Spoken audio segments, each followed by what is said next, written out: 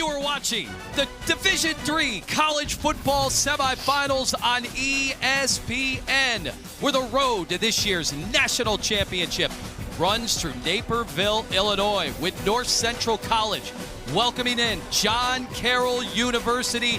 A trip to the famed Stag Bowl is on the line. Now, we started way back when with 240 teams down to the last 4. And the Cardinals, alone unbeaten defending national champs, the Blue Streaks slaying 2 giants to get here. We are so excited to welcome you in for the next 3+ hours. Anthony Lima, my partner Ryan Cavanaugh. We have been pumped all week for this matchup, 2 of the most balanced teams in college football. But is it fair to describe it as a David versus Goliath? Absolutely. John Carroll's here for the 3rd time in program history. They've never made it to the Stag Bowl. However, the confidence is high. A program-defining win 2 weeks ago against Mount Union. However, Mount Union's known as the machine. North Central is the standard for Division III football. They're looking to get to the Stag Bowl for the 6th consecutive year. Every time the Cardinals take the field, they're the favorite. Yeah, their dominant run game is why out-rushing opponents 4-1 on the season, unheard of. It starts with the offensive line. I think they may have the best offensive line I've ever seen in Division III football. And they've got a bevy of backs, 5 different guys that will carry the ball. Sean Allen returns after being out last week.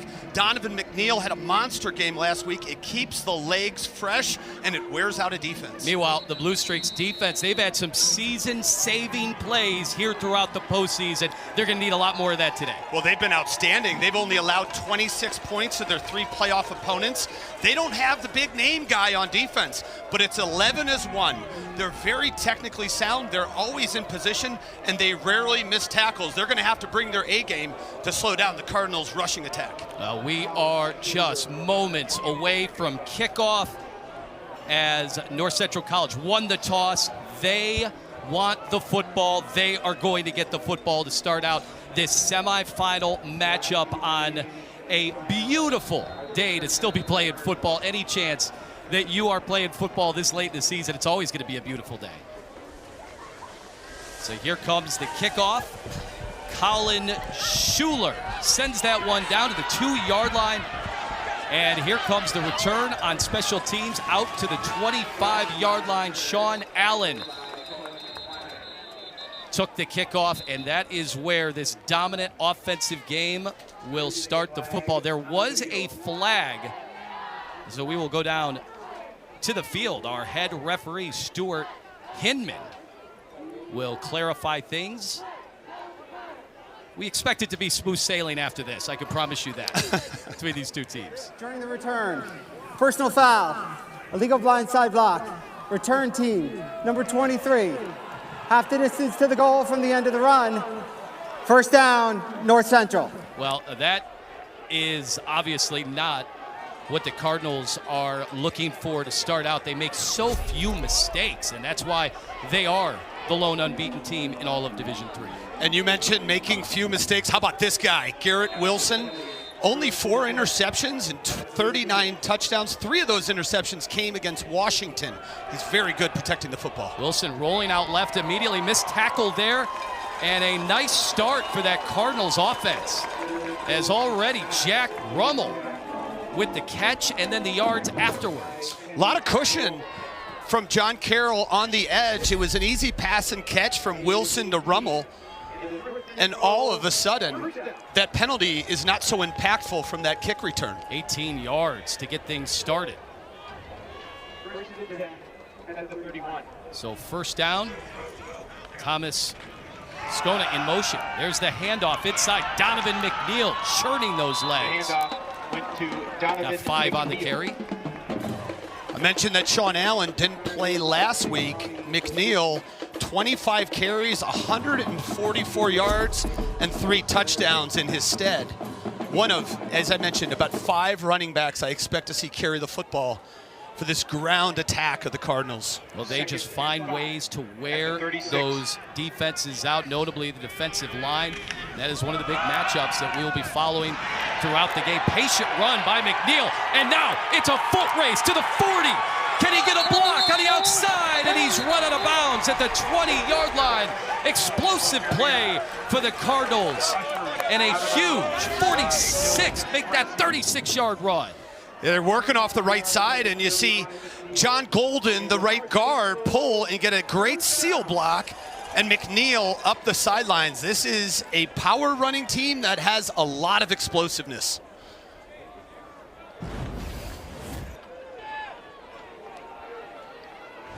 So McNeil gets them all the way down, prime field position, just numbers you don't see. 272 yards rushing a game. This time inside, Sean Allen is met with a little bit of resistance. Yeah, and Allen did a good job of looking for his hole, popping back, but John Carroll, defensive line, playing across, filling the gap. Just when Allen thought he had a little green space to slide through, Carroll's defense shut it down. And you take a look at this offensive line, Anthony. I found myself watching film of them and just focusing on the offensive line play. They're physical, they can get up on you, get in your face, and they can also pull and move. Wilson out of the gun, looking to the right side. Coming back to make the grab is Rummel, his second catch of the game. And you see Huffnagel, the cornerback, coming up, tightening it up a little bit. And as we look at Garrett Wilson, keep an eye on a little short and then taken off to eat. North Central bringing in their heavy package, and that includes Isaac Banker and Dawson Trebolo. These tight ends don't catch a lot of passes for North Central, but they're essentially an extension of the offensive line. Trebolo is in motion, and there is the flag.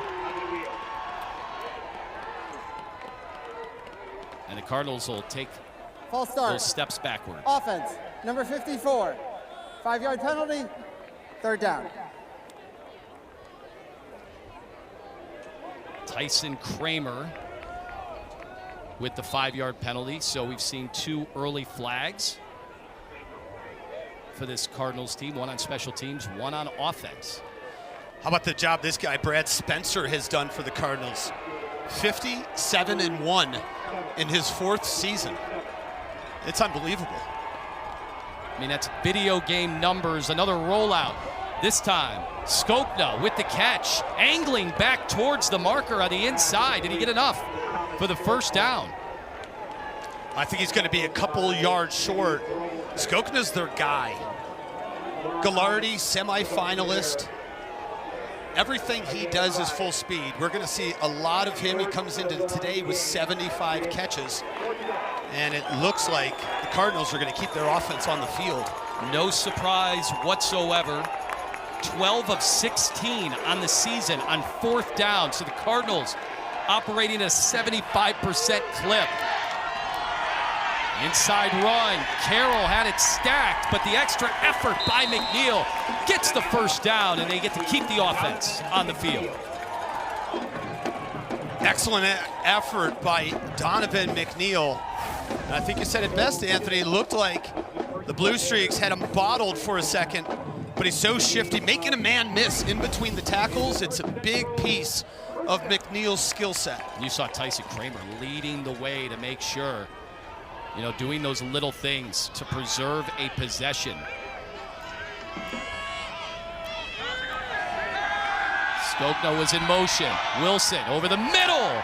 Grant McAtee inside the 5-yard line.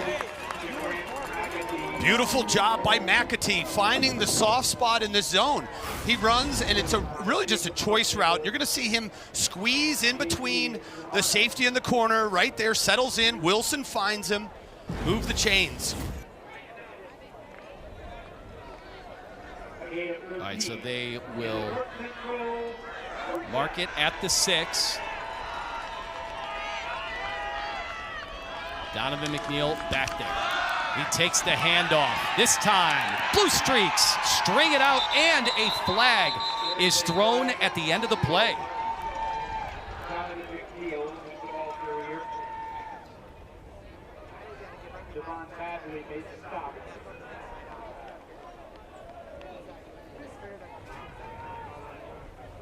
We go back down to Stuart Hinman, our head referee. Offense, number 44. 10-yard penalty, first down. Yeah, they're going to get Dawson Trebolo. Sorry, Anthony. The tight end who plays so much very high ceiling, the coaches tell us, but he's primarily a blocking back, and you see him on the edge there, grabbed a little bit too much jersey of Kenneth Grabolsek. Nice play by Devon Bradley to shut it down.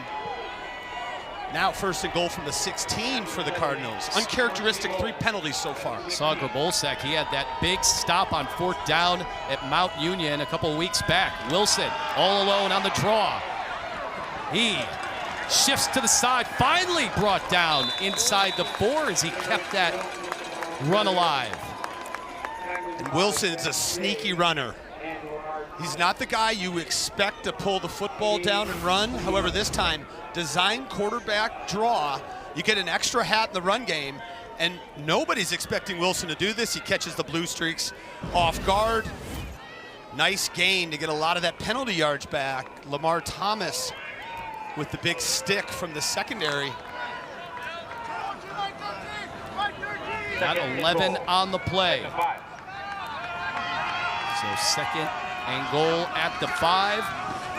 The flip inside. McAtee gets into the end zone for the first touchdown of the semifinal. The Cardinals take the early lead.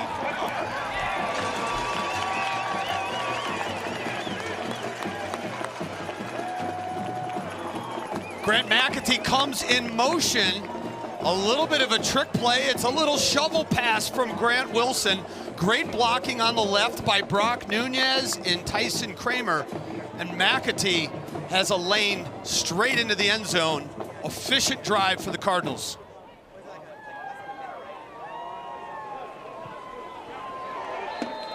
Extra point is clean. 7-0 the lead, 11 plays, 87 yards, 6 minutes, 38 seconds. So a couple of penalties.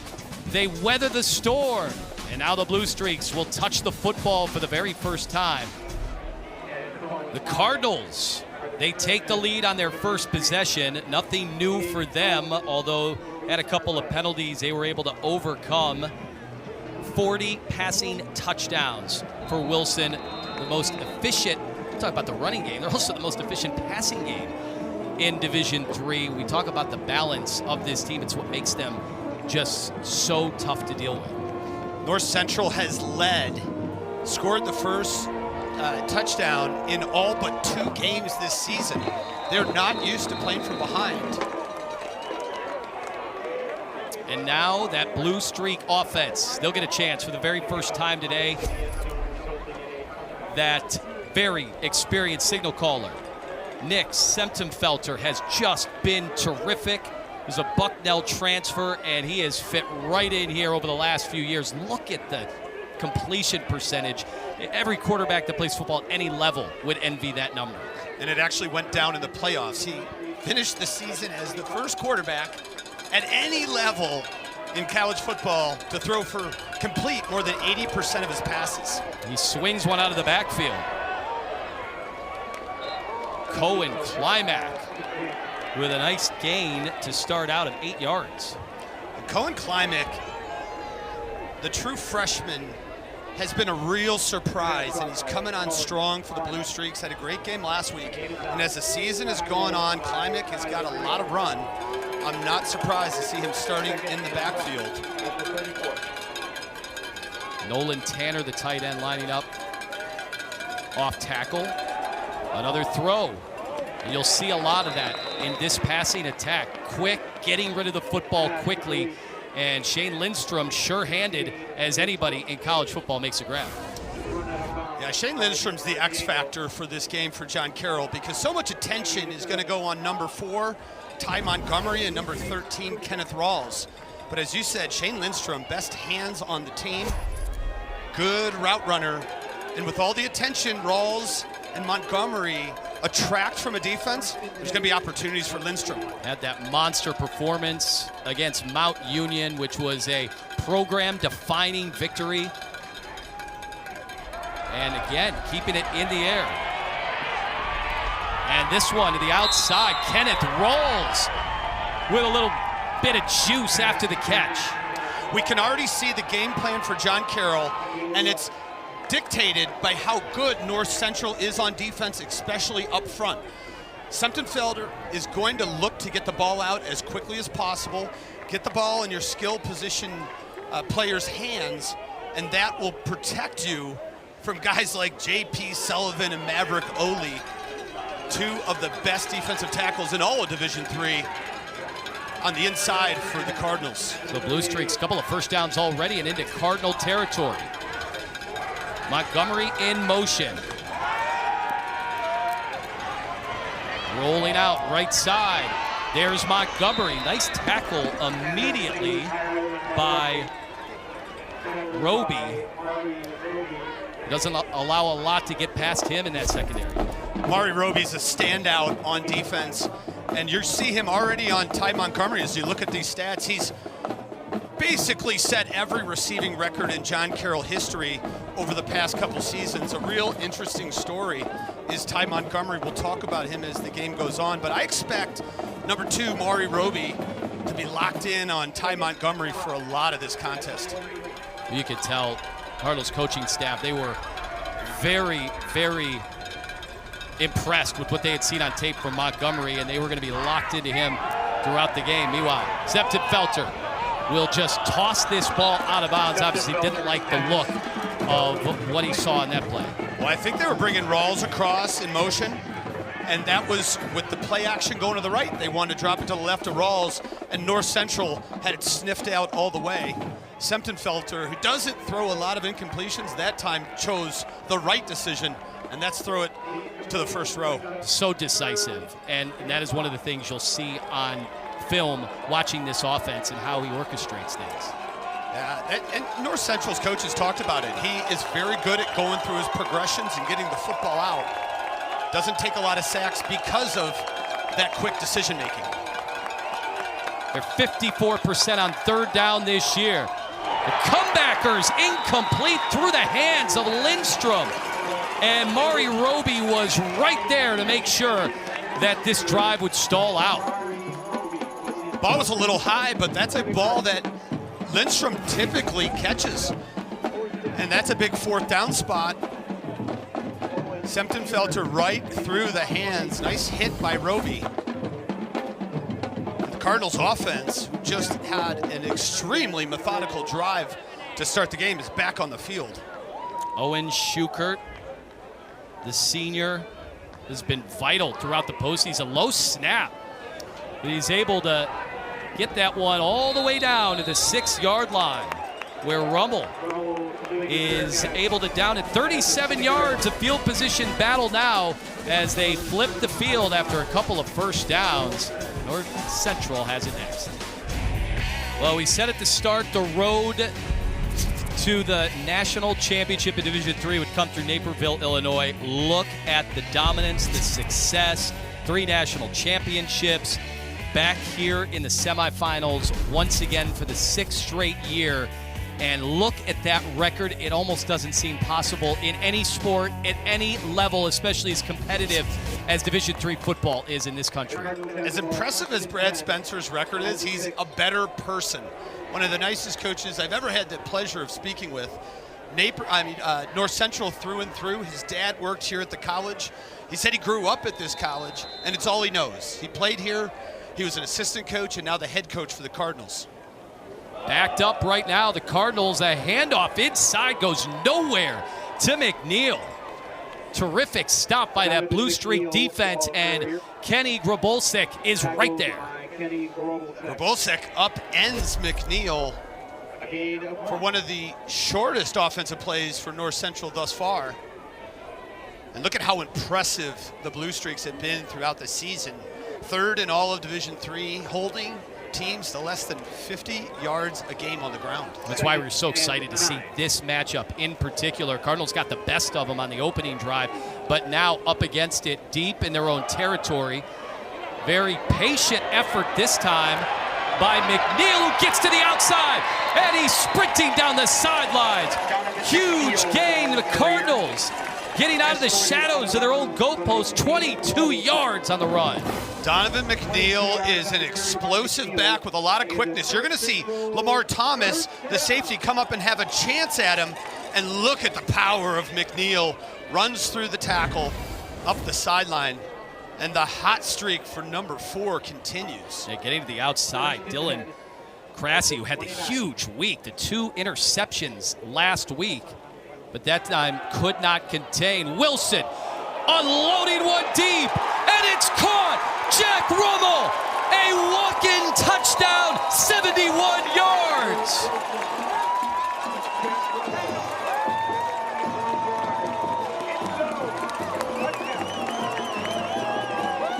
You run the football, you lure the defense up to stop the run, and you hit them over top. And look at the post route by Rummel. Garrett Wilson drops it in the bucket. 40th passing touchdown on the season for Rummel, and the Cardinals are rolling. They started that drive all the way tucked in near their 5-yard line. Carroll thought they had him stopped and in a tough spot, but that is what is so impressive about this Cardinal offense. Officially 3 plays, 94 yards, and the Blue Streaks a little shell shock early on in Naperville.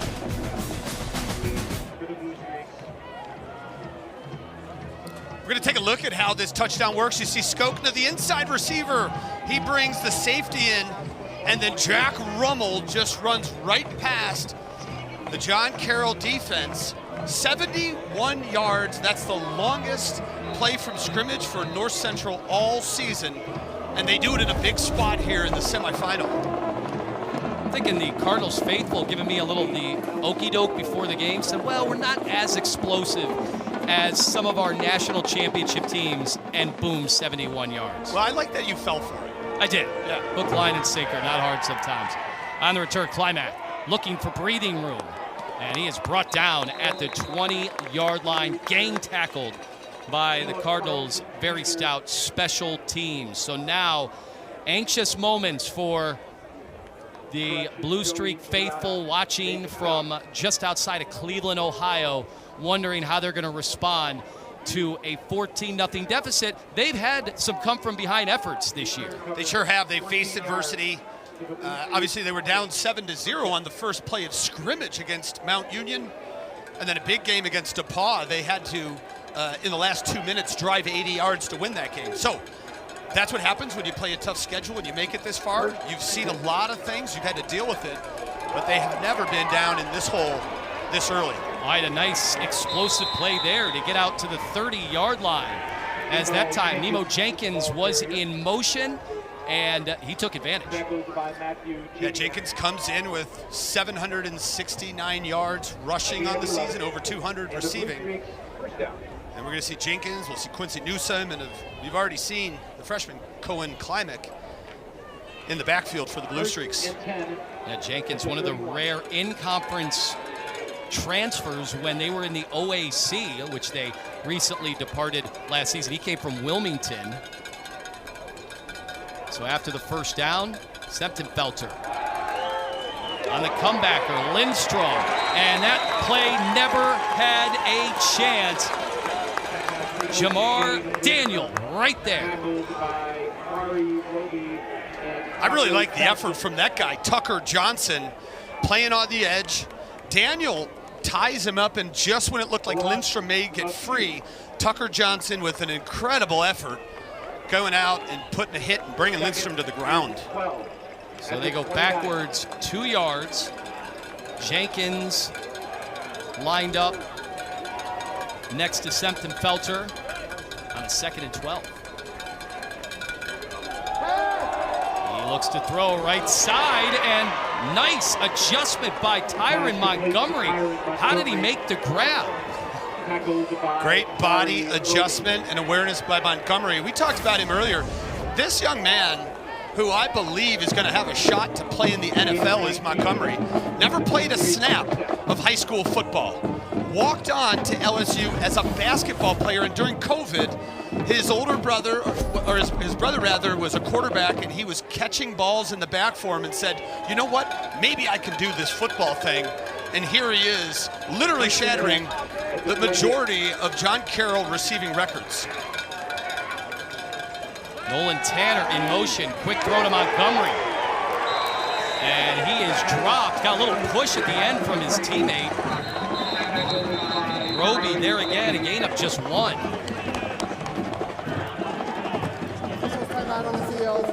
And there is a pause in the action. One of the Blue Streaks has the trainers out, tending to him. But you talked about Montgomery. That story is one of the fun ones you'll see at any level of college football. A road well-traveled all the way here to the semifinals of the Division III. Yeah, and the best part, so there's been 20 NFL teams as recent as Sunday that have come to see him and called Coach Behrman.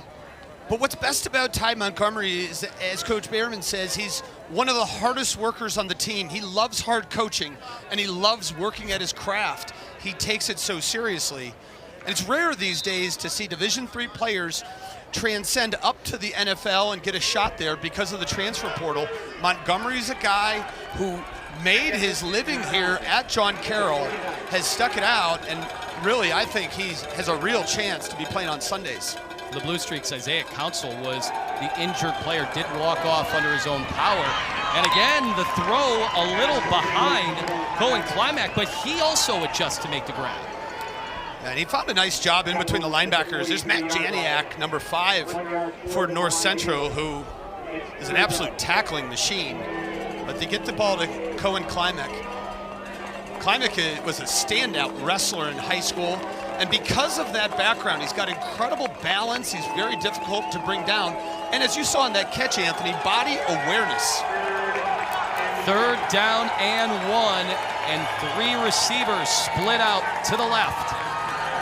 The screen, and it's enough forward for Tyron Montgomery. Or is it? It's incomplete. So they went to the safe play. A lot of pointing going on. It's like Montgomery just lost his footing.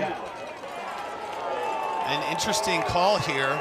Sort of in no man's land. The last time John Carroll was in this position, they elected a punt. But down 14, I think the decision changes. Well, they have some time to think about it because the final seconds ticking here in the first quarter. That scoreboard dominated by North Central. The Blue Streaks have had their opportunities. They've been able to move the chains, but the Cardinals offense has been in command. John Carroll could be a defining play early on when the second quarter resumes. Second quarter action, pretty pivotal play early in this game. 4th down and 2. They did have an expedited review from the booth, so they wanted to get the down and distance correct. The Blue Streaks need this desperately, and they will throw. Right in the rush, unloading that ball, incomplete. And big number 92, J.P. Sullivan, ending that drive. We've been waiting all game to mention this young man's name. J.P. Sullivan is the defensive player of the year in all of Division III. And look at him, he's not going to be able to get home, so he gets up, knocks the football down. And number 92 is one of the best defensive linemen I've seen. An absolute monster. In fact, we talked to defensive coordinator Shane Durking. I said, how strong is J.P. Sullivan? He says, we do not let him max out. I said, well, if he wants to rep, how much does he lift? And they said, whatever he wants. He's a real handful on the defensive line. On 1st down, Stutter stepping his way forward. Donovan McNeil. The 2nd and 3rd effort for McNeil today has been outstanding. Huffnagel came up from the corner position, had McNeil. McNeil runs through it. J.P. Germano comes in, has McNeil. McNeil runs through it. He's a powerful back. The legs are always moving, and he's extremely difficult to bring to the turf. He just keeps getting better. So they give him 8 on 1st down. High snap. Wilson stepping up. Over the middle is caught. And Jalen Johnson is there. 15-yard gain. Cardinal offense is on the move again. Garrett Wilson looks great at passing the football. He wants to throw it deep to the right. It's covered, so he drops to the second option in his progression over the middle to Johnson in breaking route. And there's not a whole lot offensively that's not working for the Cardinals right now. How about those numbers? 7 for 7, $132, and 2 touchdowns already for Garrett Wilson. They blitz. High throw is Carroll. Boy, going into the skies, Thomas Skopna is able to retrieve it. And look at Garrett Wilson telling Skopna, my bad, didn't want to get you killed out there.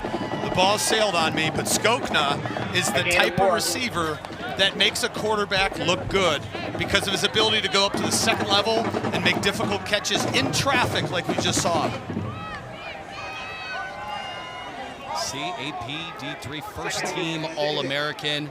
They just come at you in waves on this football team. And this time, that handoff, but taken down immediately, close to the line of scrimmage. And the Blue Streaks get the stop. That's Devon Badley. It's played by Badley to work off the blocker. You see him at the bottom of your screen. He's got Trabolo on him, and he's able to shut him and bring down Sean Allen.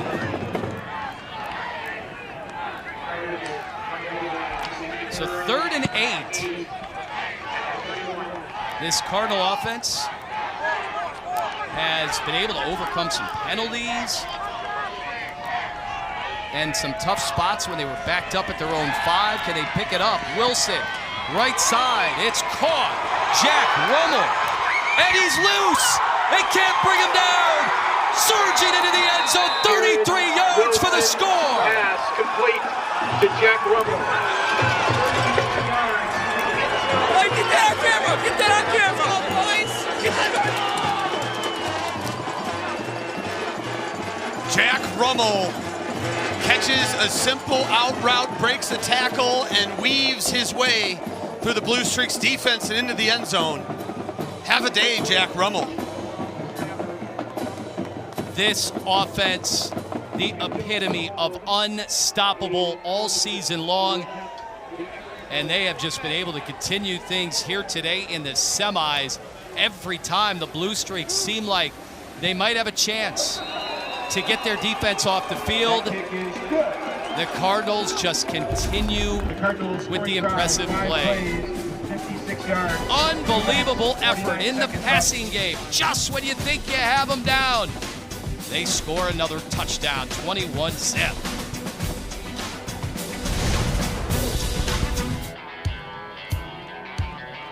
Well, we certainly told you at the start of this one what kind of an incredible season it's been for the defending champs, but until you see it in person, you then understand exactly what John Carroll is up against today.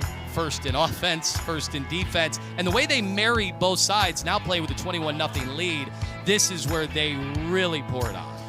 You know, complementary football is a term that I think is overused a lot because everybody wants to say our offense helps our defense, etc. But right now, with a defense that allows less than 10 points a game to have a 21-point lead, it plays in their favor because John Carroll's going to have to perhaps get outside of their comfort zone to make something happen offensively. But the Cardinals' defense is going to keep coming, I promise you that. Completed. Fair catch this time by Climac and Carroll. Looking at a pretty important possession here. We do have another flag on special teams. Had one earlier in the game with an illegal block on a Cardinal return. They will sort things out. We'll get a chance to hear from our head referee once again, Stuart Hinman, breaking that down. After the play, personal foul, unnecessary roughness, receiving team, number 21. Half the distance to the goal from the 25-yard line. It'll be first down for John Carroll. And it got that much tougher with the penalty. I believe it's Charles Rice at the top right. Yeah, that's a tough one. And so they will backtrack, officially mark this at their own 12. John Carroll with 12 passes, only 1 rush thus far. The pitch. And some room to run that time on the outside. Quincy Newsome with a solid gainer. Make it 8 yards. Quick pitch to the boundary, the short side of the field. And you know, when I mentioned that, so that's their second rush for John Carroll, 12 passes. A big reason is this front four from North Central, led by J.P. Sullivan, the player of the year, Maverick Oley, and you got Eli Rennick and Bobby Medina on the outside. This front four sets the tone for North Central defensively. They'll send Montgomery in motion. It'll be a keeper. And huge hit that time, Ethan Grohr.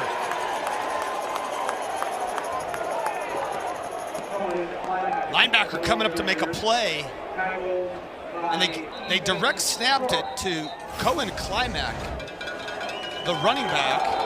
You're going to see him in the backfield. He fakes it to Sentenfelter, and this is usually a spot that we see backup quarterback Keller Moten. The first down. Keller Moten, the backup quarterback who will get into the game quite often on 3rd and short, especially in the red zone. However, he was sick all week. Actually came ruling on the field of a first down is now under further review. And Keller Moten, the backup quarterback who would usually be taking that snap, sick all week, came to Naperville with his parents on the sideline in uniform. And because of that, they're using Cohen Klimack as the gadget quarterback, so to speak, the short down guy. All right, so officially it went down as a first down. They're going to take a look at it to see if that spot needs to be amended, which would be the last thing the Blue Streaks need at this point, because they'll take a first down any which way they can get it, even if it was a massive hit. So again, ruled on the field that he got line of gain. What a hit by Grohr. And you see the pulling guys, they just run right past number 4. Nobody comes and addresses the outside linebacker who's all alone. Ben Deemer was pulling around, and nobody accounted for Ethan Grohr. Big time hit on Klimack. I mean, that hit, you feel like that's a Grohr. That's a way you'd aptly describe it. So we will go down to the field and get the call. After further review, the runner was stopped at the 22-yard line. It will be third down from that spot. So more to be done here for John Carroll, and the last series they were stopped on both 3rd and 4th down, and now they need to find something in the playbook to manage this situation, because they cannot afford to put their defense back on the football field.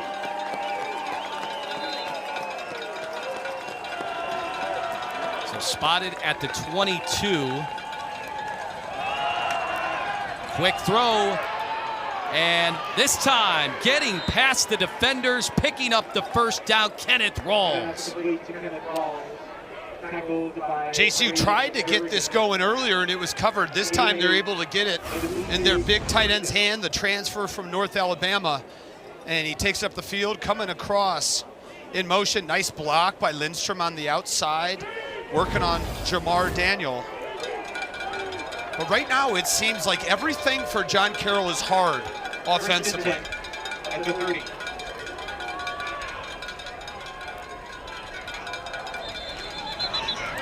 Flag will wave There is this a play flag off. on the field. Full start. Offense, number 87. 5-yard penalty, first down. Yeah, the sophomore Nolan Tanner, the culprit there. So they'll walk 5 yards back. And it kind of feels like that's how it's gone for the offense so far in the early going today for the Blue Streaks. Yeah, just not a whole lot of momentum being built. First down, and then whether it's a penalty or an incompletion or a loss of yards, they've been working behind the chains quite a bit. Newsome in motion, swinging it out of the backfield to Klimack. Had a steam. taking on hits and staying on his feet. 11 yards for Climac.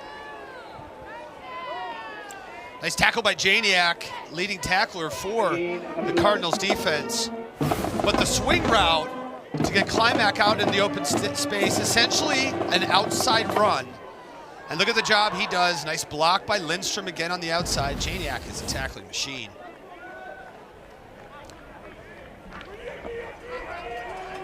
How important is it for the Blue Streaks to keep their identity, not panic down 21-0? Yeah, it's important. I mean, scoring is really the #1 objective here because this game could get away from them fast. The ball carrier. Not much there available for Newsom. And that play right there, Anthony, is a good indicator as to why they haven't been running the ball, particularly in between the tackles. Because you've got J.P. Sullivan and the rest of this crew inside. It's always tough sledding against this North Central defense. But what they've been able to do is make John Carroll one-dimensional. And when I say one-dimensional, it's not just passing, it's short passing. They haven't driven the ball downfield, and I think that's because of the concern over the pass rush of this defensive front. 3rd and 4. Cardinals showing many bodies at the line of scrimmage, and they are coming. Septenfelter unloads short of the sticks. And felt like 11 guys there to make the tackle. Kyler Green was one of them. Pressure up front by Eli. And the punting unit coming back out onto the field for the Blue Streaks.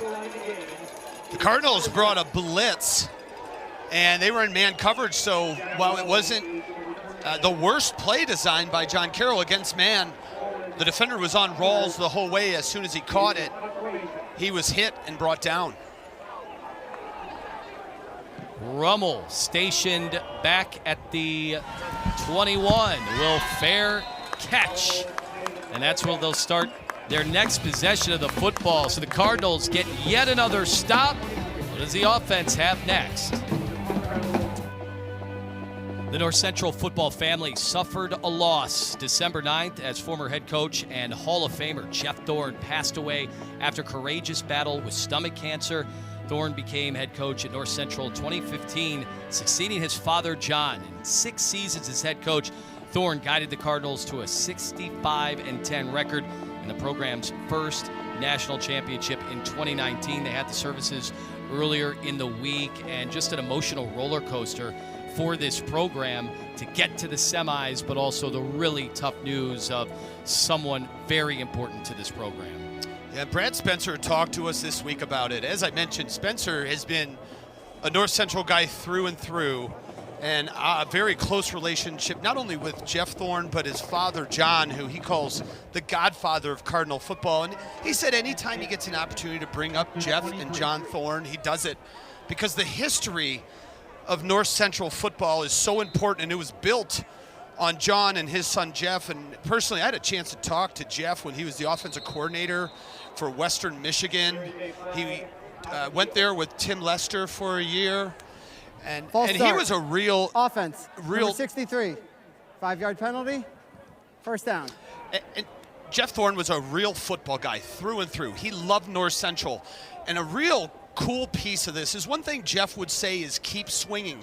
And last week against Bethel, when North Central was playing them, there was a little confusion at the end of the half. They thought they were out. They stopped them. They had to go back, and the defense had to go back on the field at the end of the quarter on their own goal line. And Coach Spencer said, our defensive players were saying, keep swinging. And that was the mantra of Jeff Thorne, and the history of the program carries on through these players today through the words of Jeff Thorne. Well, this time the second effort doesn't get past Mason Russ, who was first in on the head, as the Blue Streaks are looking for anything right now to get excited about.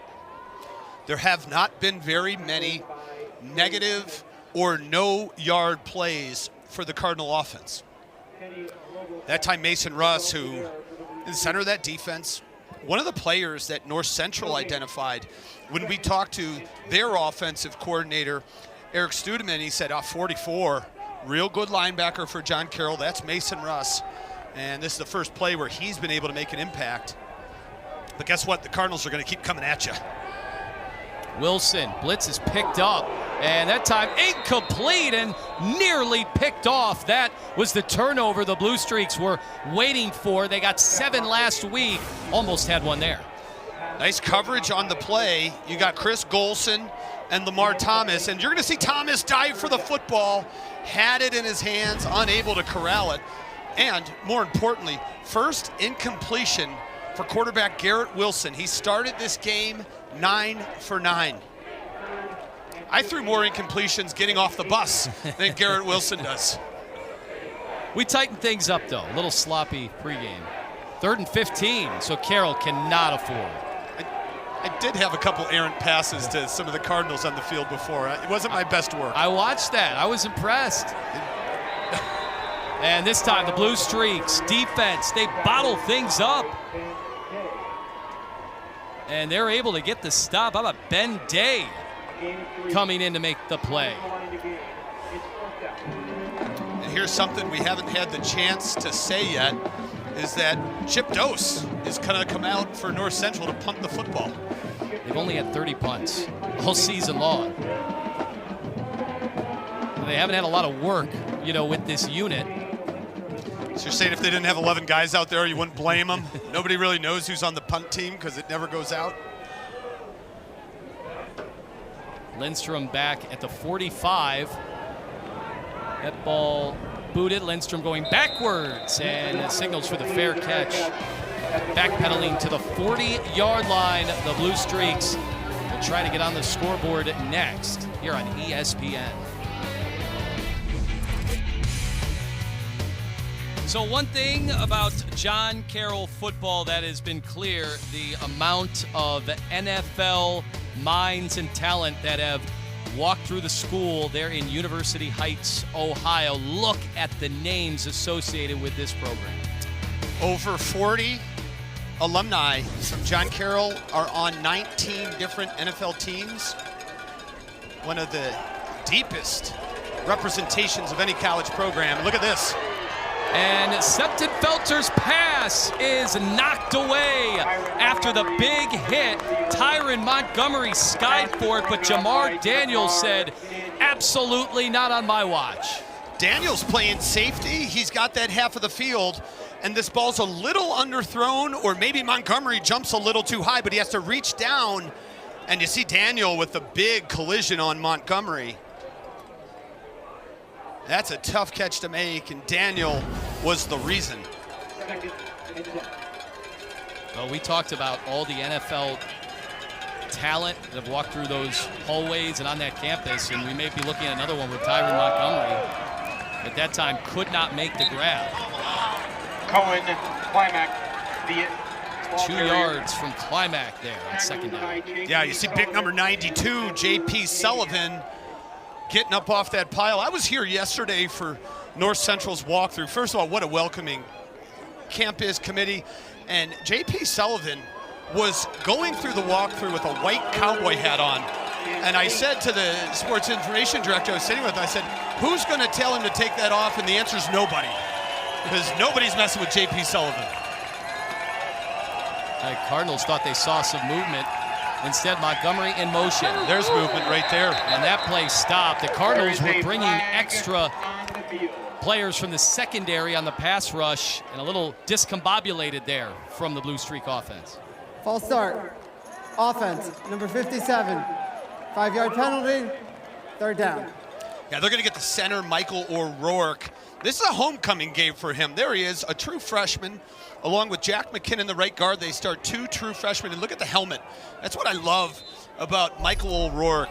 Look at all the paint chipped off. If I'm a defensive player, I don't want to go against that guy, because you know he's going to hit you. He has virtually no paint on the front of his helmet. And I said it's a homecoming. He's from Naperville, Illinois. And here he has a chance to start in front of his family and friends on the road. Well, now they need 13. They pick up the blitz. The throw over the middle, it is caught. Huge 3rd down strike and a 1st down. Nico McBride. Make that Tyron Montgomery there with the grab. Nice job by Septenfelter. You're going to see he throws this ball just as Montgomery's coming out of the break, because it's a tight window for him to fit it in between the safety and the corner.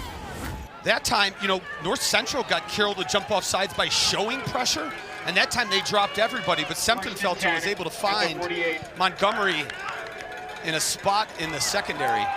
Most accurate throw so far today. That play never had a chance. Who else but Mari Roby with the stop? Tackled by Roby has been getting off blocks and making plays routinely throughout this game. Just a great job of identifying what the Streaks wanted to do. And look at Roby get underneath the blocker right there and able to bring him down.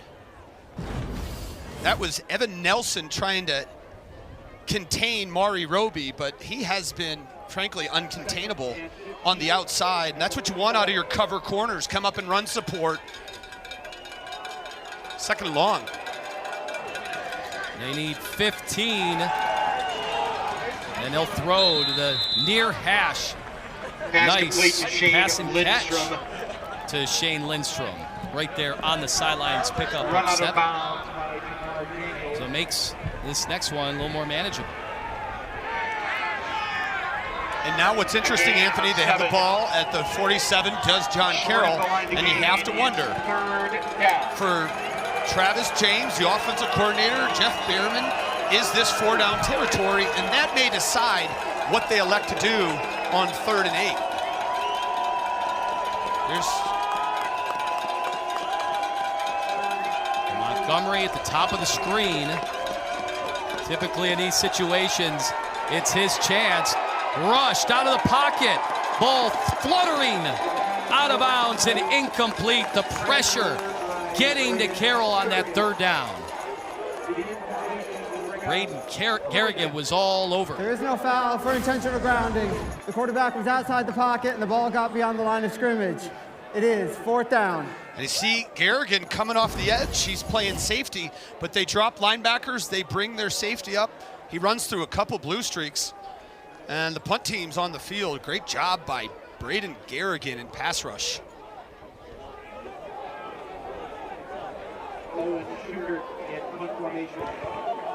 Jack Brummel back inside his 5. They just get that punt away. Big hang time, and they had a chance to down it near the goal line, but it takes the Cardinal bounce, and the Blue Streaks unable to pin that offense back. 46 yards on the punt. Now, we talked about the lineage of the John Carroll players in the NFL. And look at these guys. I don't know. These guys look way too young for me to know it, but McDaniel's up on the left. There's head coach Jeff Behrman, Nick Caserio, who's the general manager of the Texans. There's a guy up on the right. But I jokingly said, Josh, Nick, and I all played together. And I joked with Josh, because they both have 6 Super Bowl rings each.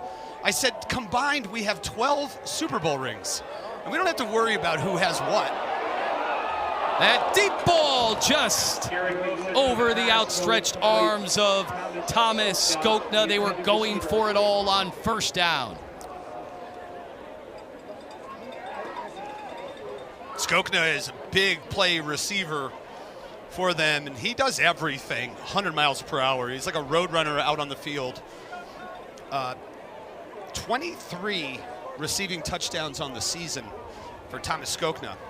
One of 10 children also. Oh, that play upended immediately, as it was a great job by Kenny Grobelsek to make the stop. And so now Blue Streaks defense is starting to get their bearings here late in this 2nd quarter.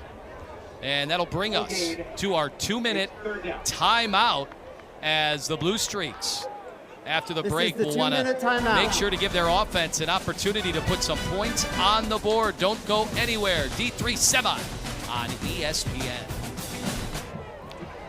The Division III playoffs continue with the championship game January 4th on ESPN. at Tom Benson Hall of Fame Stadium in Canton, Ohio. For more information, visit NCAA.com, the home for all NCAA championships. We're in the semis here. The Blue Streaks trying to get a stop. The Cardinals just 1 for 3 on third down, but each attempt's been over 7 yards. Is another delayed draw, and he's tripped up. Defensive play, Mason Russ ends the drive. Mason Russ playing in the middle of the defense for the Blue Streaks, had his eye on Garrett Wilson all the way. They tried the dedicated quarterback draw for the second time. First time it came with great success. Carroll calls his first time out of the half. It will be 30 seconds in length. This time Mason Russ beats John Golden, who's trying to climb to the second level. To 1 minute and 42 seconds. 1:42 on the game clock. John Golden trying to climb to the second level. Mason Russ beats him to the spot and is able to bring down Wilson. And I mentioned Wilson, they don't call his number a lot in the run game, but he's got some sneaky ability to run the football, especially in third downs when you're not expecting him to run. So there was a timeout, stopping things at 1:42 to go. So Blue Streaks still have 2 more timeouts as they are in desperate need of a scoring drive to end the half if they're going to have any realistic shot at hanging in this football game, because it has been all Cardinals, but their offense has been stopped a few times here in the second quarter. Lindstrom backpedaling, and a coverage is there. Lindstrom on the return. 40 yards on the punt, 3 on the return.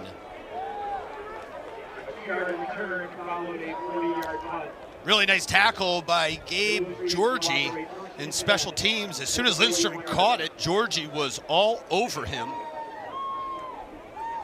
And you mentioned John Carroll needing to score here and how important it would be. Let's not forget they also get the kick to start the second half. So cutting the deficit to 14 would be extra important, considering they'd have the ball again coming out in the second half. Cardinals only bring 3, which was perfect alignment against the screen.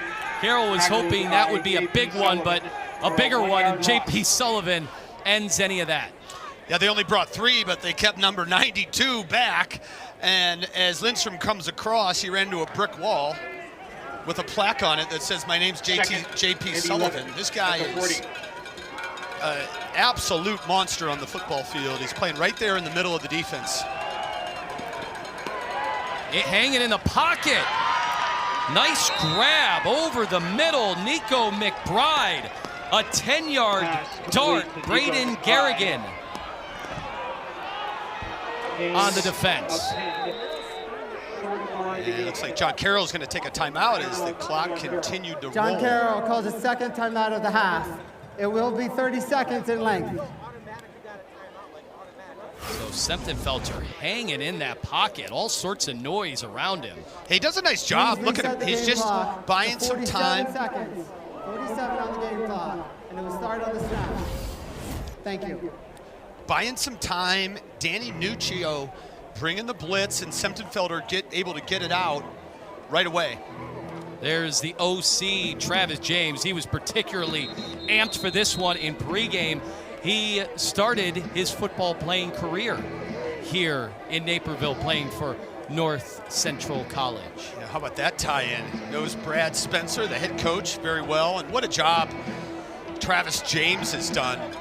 Brilliant offensive mind, came with Coach Bierman from Union, and just does a really good job, offensive line coach as well for the Blue Streaks. 3rd and 1, and a bit of an opening off the right side for a Blue Streak first down. Now they try to regroup. Nemo Jenkins got enough to move the chains, and then the ball is down. 40 seconds on the clock. Down to the ball to stop the clock. So an opportunity here, which, as you illustrated, getting the ball to start the second half. The incomplete pass brings up second down. Well, now it's 2nd and 10 after the spike. Septenfelter somehow gets through and throws it on the run.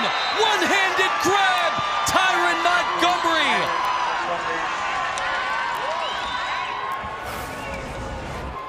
22 yards.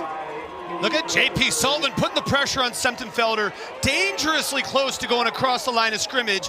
And look at Montgomery throwing the stop sign up, bringing in the football and getting out of bounds to stop the clock. You know, the North Central coaches were talking about how impressed they were with the athleticism of Ty Montgomery, knowing he was one of the guys they'd have to shut down, but he's a slowdown guy. You don't shut down Ty Montgomery. 32 seconds. Montgomery in motion. But this time, intercepted after the pressure and off to the races. Eli Rennick after the big hit. Big time pick six. Disastrous situation for the Blue Streaks. Eli Rennick, 60 yards to the end zone. Touchdown. This play starts with J.P. Sullivan and the pressure from the defensive tackle. He gets on Septenfelter.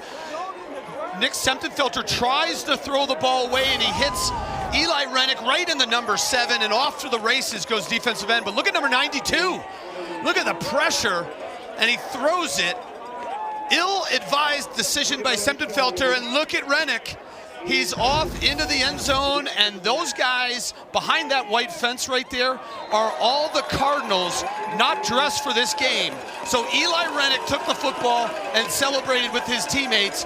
Due to the playoffs, you only dress a certain number, and the rest of them are right there in the end zone. And what a welcoming committee for Eli Rennick as we look at the defensive touchdowns this season for the Cardinals. Well, unbelievable turn of events. Carroll looked like they had a shot to put some points up, finally get a little momentum going into the tunnel, and instead, worst case scenario unfolds. Sullivan, we talked about his game-wrecking capabilities, which he's done all year, and he served that one up for his teammate to go 60 yards on the house call.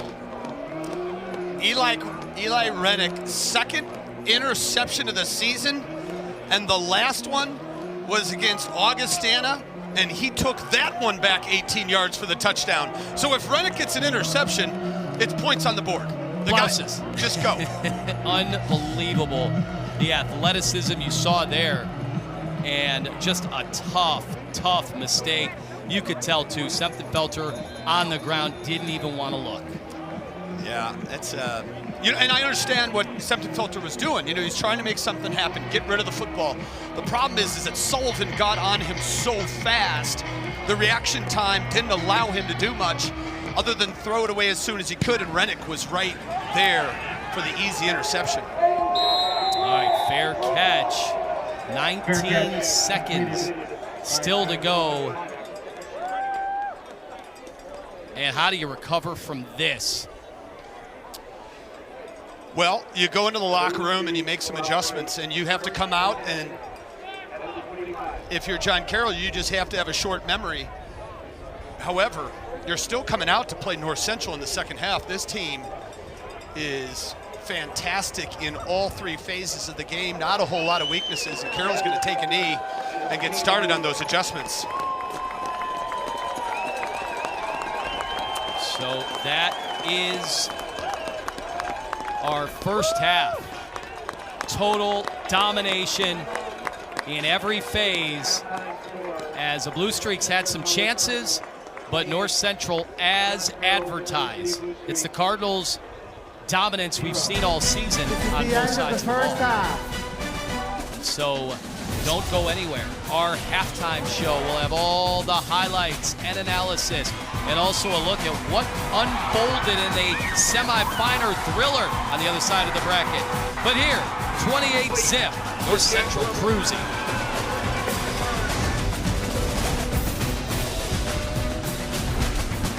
Welcome back to D3 semifinals. It's been all North Central. We are moments away from the second half getting underway. Anthony Lima alongside Ryan Kavanaugh as we saw some fireworks right before the end of the first half, and you wonder how disheartening that was for that JCU locker room. The road teams have struggled here in general with the numbers have just been absurd with their continued streak of 45 straight home victories, and they look like they're on their way to number 46. Yeah, they know how to protect their home turf. It's a difficult place to come in and beat this team, but frankly, I don't care where North Central's playing. It's a big task to beat them anywhere. They've just solidified that when they play at home. And so another fair catch. So statistically in this one, John Carroll was able to force a couple 3-and-outs. Actually, both teams have the same amount of first downs in this game, 8 apiece, but the story was the big plays, and the big plays have all been on the North Central side. Yeah, this North Central is explosive. They have an opportunity to score from anywhere on the field, and as you pointed out, the Eli Rennick interception, pick 6 was a big play. And both these quarterbacks are pretty much doing what they do, very efficient. Blue Streaks with a nice handoff on first down.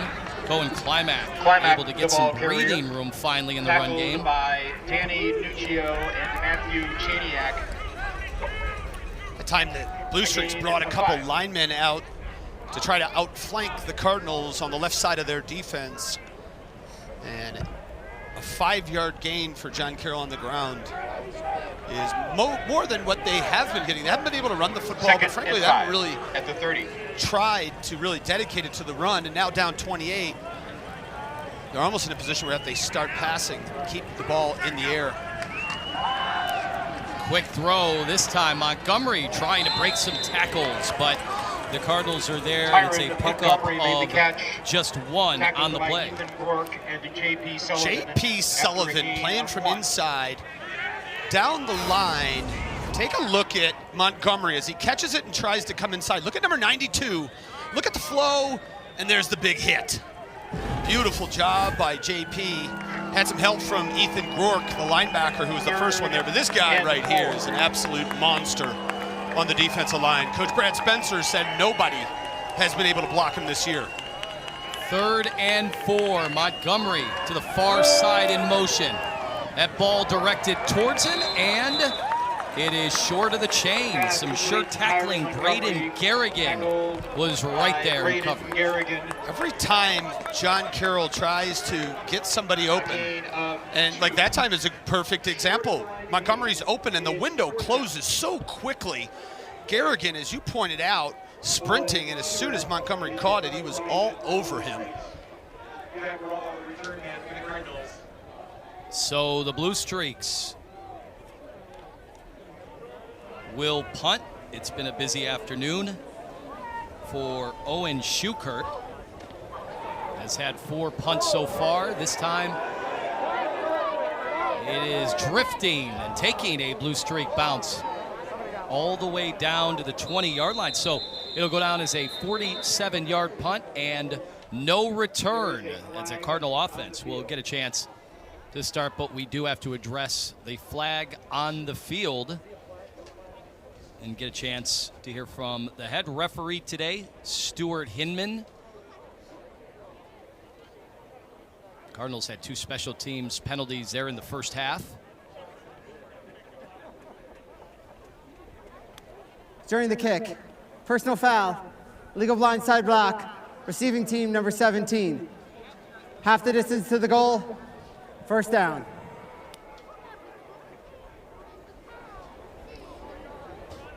So that's the other thing today. The Cardinals, any time that they've been stymied or any time that there's been a penalty, they have been able to make up for it pretty quickly.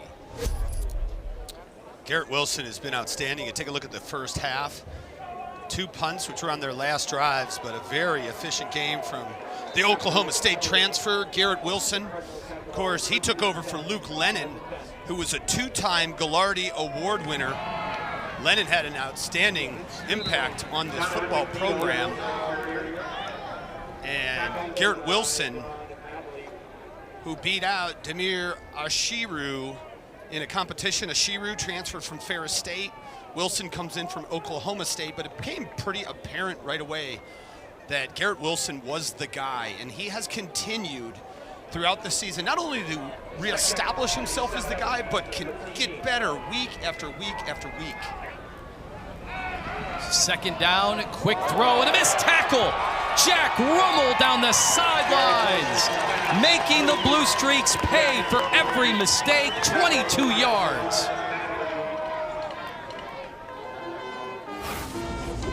Offensive coordinator Eric Studeman said that Jack Rummel is a pure wide receiver. He's twitchy, and you can see today he has done a great job of making defenders miss. Rummel's brother also played here and helps coach the wide receivers, so big brother on the sideline has to be happy with the day his younger brother Jack's having, over almost 150 yards through the air. So jet action, Donovan McNeil that time.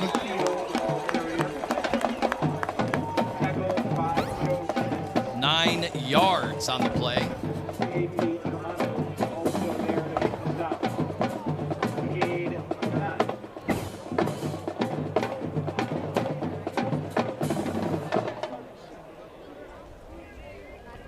So now the Cardinal offense just needs a yard.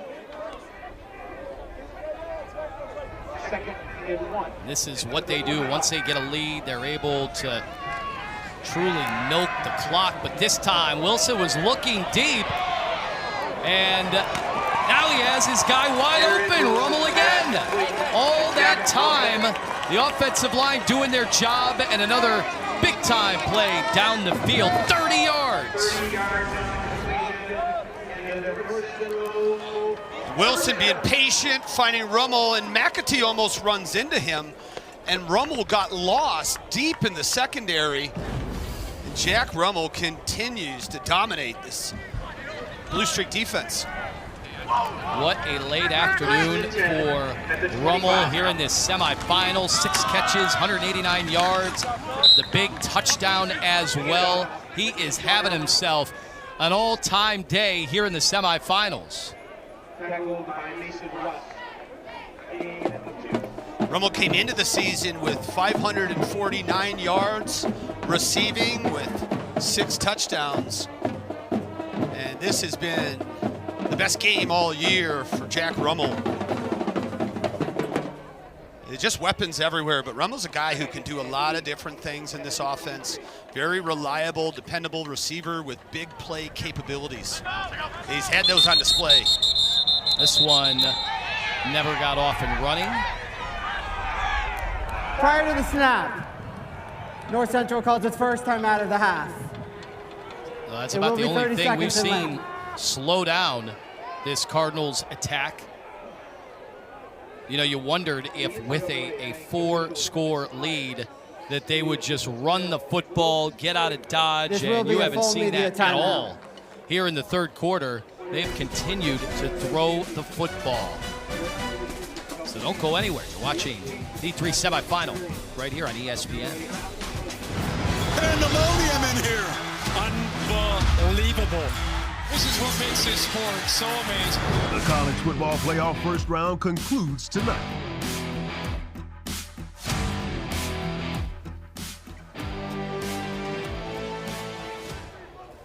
Welcome back here on ESPN. The Cardinals in firm command and trying to add to the lead. Wilson finds Skopna. And more yards after the catch. That's been a running theme throughout the broadcast today.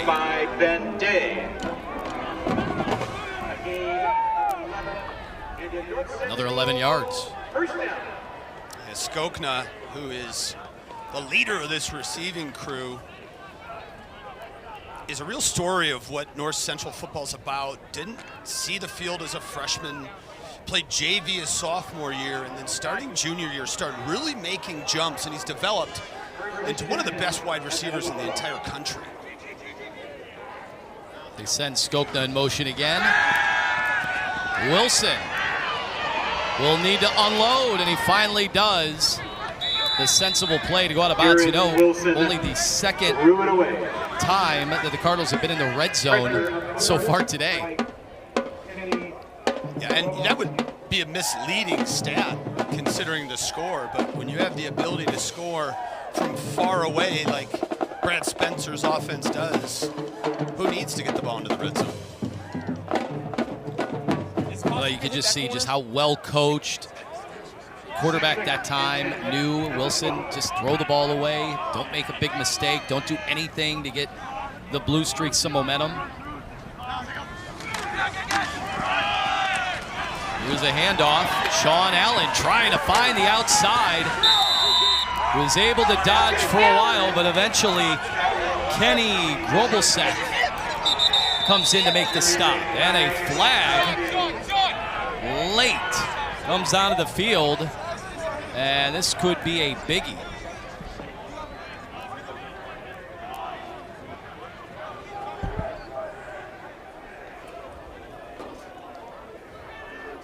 See Lamar Thomas doing his best to work the officials a little bit. Let's see After what it the is. play, unsportsmanlike conduct, offense, number 1. That's his first of the game. 15-yard penalty. The down counts. It is 3rd down.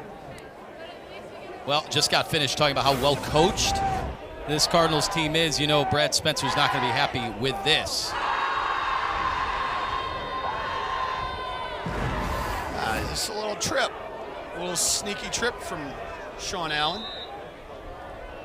That moves them back, but they have the best kicker in Division III football, and Aiden Ellison, the Fred Mitchell Award winner, who is on the sidelines and would love to get a shot to add another field goal to his ledger this year. 13 of 15 on the season for Aiden Ellison, including a 57-yarder.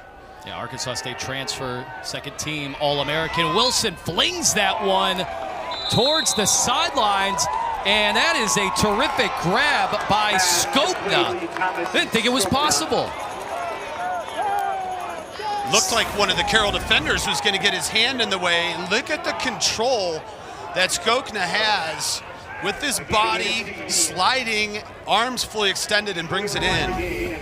And it's going to make it a more manageable field goal for Aiden Ellison. After the 16-yard reception, this one will be 28 from the right hash from the Naperville, Illinois native. And a chance to add to the lead. Snap is handled. The hold in the kick is good. Stretching that lead to 31 points. So the Blue Streaks do get their stop, but they add to the lead. It's 31-zip. Division III playoffs continue with the championship game January 4th on ESPN, the finale. For more information, visit NCAA.com, the home for all NCAA championships. That game will be in Hall of Fame City in Ohio, Canton, Tom Benson Stadium. Beautiful facility, generally down in Virginia. The last couple of years, it's been in Canton, Ohio, the birthplace of football.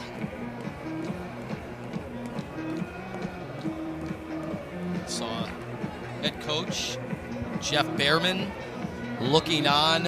He's just not had a lot of answers, even though his defense has actually been able to provide some stops, but the way things are going for the Blue Streak offense, it's just been very tough sledding for them against North Central today, but they'll get another crack at it. Fair catch into the end zone. You mentioned earlier John Carroll moving from the OAC to the NCAC, and Coach Behrman told us this week that it has created some challenges because they're playing all new teams. Randolph-Macon in round 1 and Barry last week were new opponents for them, so they couldn't rely on the familiarity of the scheme and the coordinators that they have in the past by playing the same team. So that allowed them to have to really adjust and keep the guys on the team mentally dialed in to learn each and every week, as well as the coaches. Well, it's just been such a terrific year in the program, and to have that opportunity to go in to Mount Union, A gain of 2. where they have always struggled in program history, pull off just their 4th win against them, and the fact they've been able to get to the semifinals, 2nd and 8. it has been such an incredible season.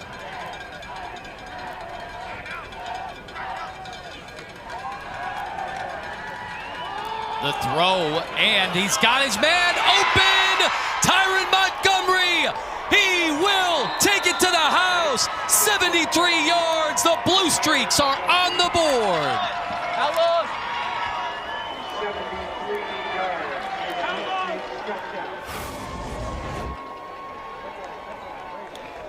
Nice play action. Semptenfelter just throws it as far as he can. Montgomery behind the defense. And nobody is catching number 4 when he gets in the open field. Signs of life for the John Carroll Blue Streaks.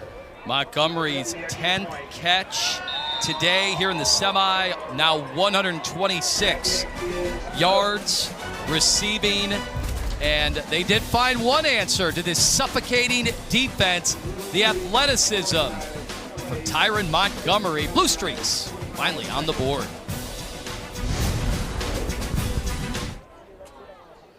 You're looking at Ty Montgomery, John Carroll record holder for single season receptions, receiving yards. Broke John Carroll Hall of Famer John Priestap some of his records. Priestap, an outstanding receiver, and Montgomery has taken it to another level. This is his 7th consecutive game with 8 or more catches. And today he's got 136 yards. The rest of the Blue Streaks have 65 yards. So Ty Montgomery has shown up as big players do in the biggest stages.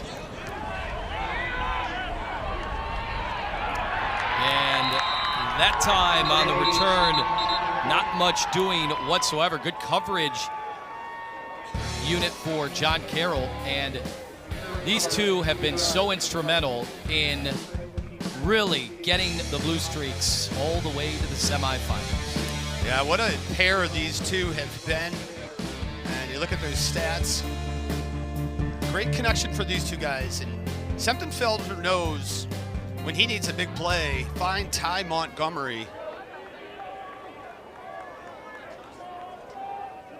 Now we'll see if North Central has an answer. First down run, not much there. Nice stop that time by Devon Badley, the sophomore out of Northeast Ohio. Badley came off the edge of the defense and tracked down the running back. Hard to penetrate this offensive line for North Central. Well, this time, a nice run up the middle, Donovan McNeil. McNeil was the freshman of the year last year in the CCIW. He just keeps getting better. They keep it on the ground. Chris Colson there on the tackle as they go back to McNeil. Really impressed with Donovan McNeil's running style. You see running behind his pads, staying low. Hard to get a clean shot on him, and then the balance allows him to get extra yardage after contact. 2nd down and 2, they'll stay in the gun. Wilson unloads one off to the right side to McNeil. And Devon Badley again is there to make the stop.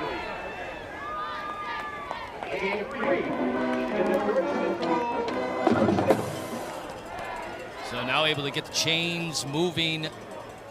North Central trying to reestablish that controlling offense when they're able to eat up time of possession. And again, slipping into the 2nd level. An impressive carry that time. You know, Anthony, we talked about the offensive line of North Central off the top of the show, but this is a team that graduated 4 starters from last year, this unit, this offensive line. 2 of those guys were All-Americans. And every single week, Coach Spencer said it's been fun to watch these guys grow as a unit, because every week they continue to get better. See a couple of carries from Zeb Rashid. Hunter Connotes. And you look at these guys here, the center, Jared Durian, the only returning starter. And you've got the left guard, Brock Nunez, and the right tackle, Cortez Jones. Both those guys were defensive players last year. In fact, Cortez Jones was a preseason All-American defensive lineman this year. And now he won Offensive Lineman of the Year for in their conference. Wilson finds Banker. Another sizable gain, 18 yards before stopped by Huffnagel.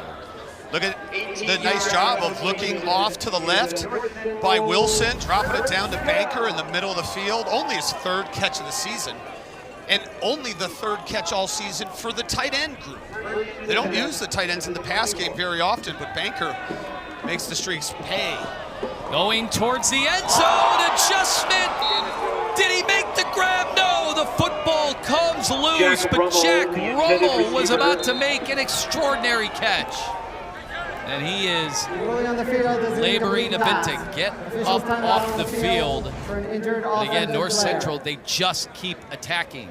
Look at the adjustment by Rummel, Huffnagel in coverage. And Rummel just unable to complete the catch as he goes to the ground, but what an effort by Jack Rummel. Which just shows you, though, when they need to be aggressive, when they want to be aggressive, they will put that ball in the hands of one of their many weapons and give them a shot. Quick bubble to Skokna. Dodges another tackle.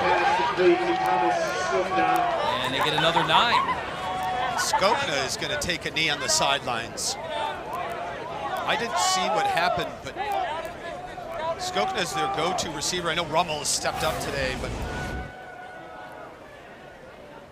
here's Skokna, just takes it, little inside move, hesitation to make a player miss. And I don't see anything right there that happens to him. So, 3rd and 1. And it's a keeper, and he can get to the end zone.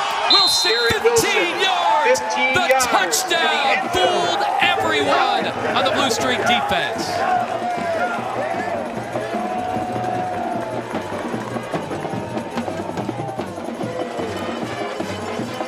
First rushing touchdown, or 3rd rather, rushing touchdown on the season for Garrett Wilson.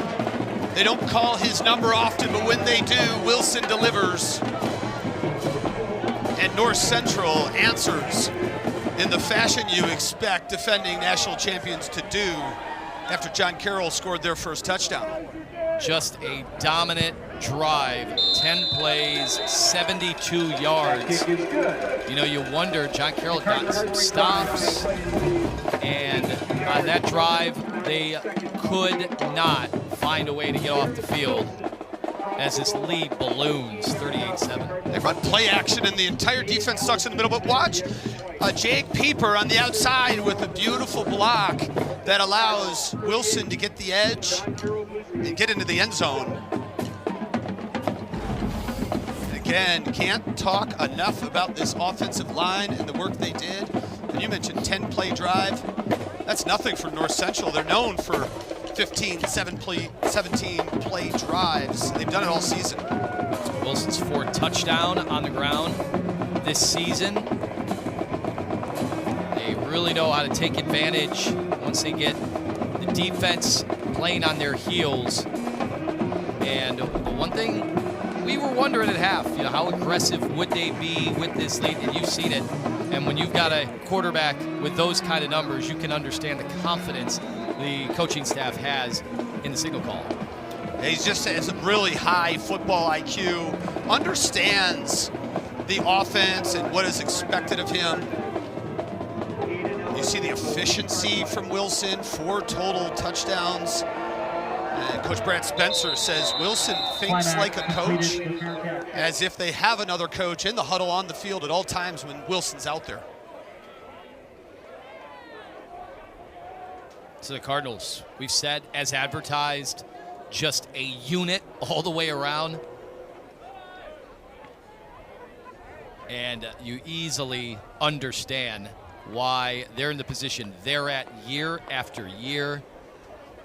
That record that I had to double check when you told me earlier in the week, 57-1 under Coach Spencer. It's shockingly good. Yeah, it's unparalleled at this level.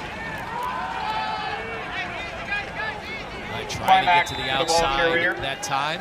Tackled by Climac looking for space. Janiak was there on the stop. Linebacker Matt Janiak led the team in tackles in 6 different games this year. Janiak and JP Sullivan led him with 5. What about last week? 16 tackles and 1 fumble recovery.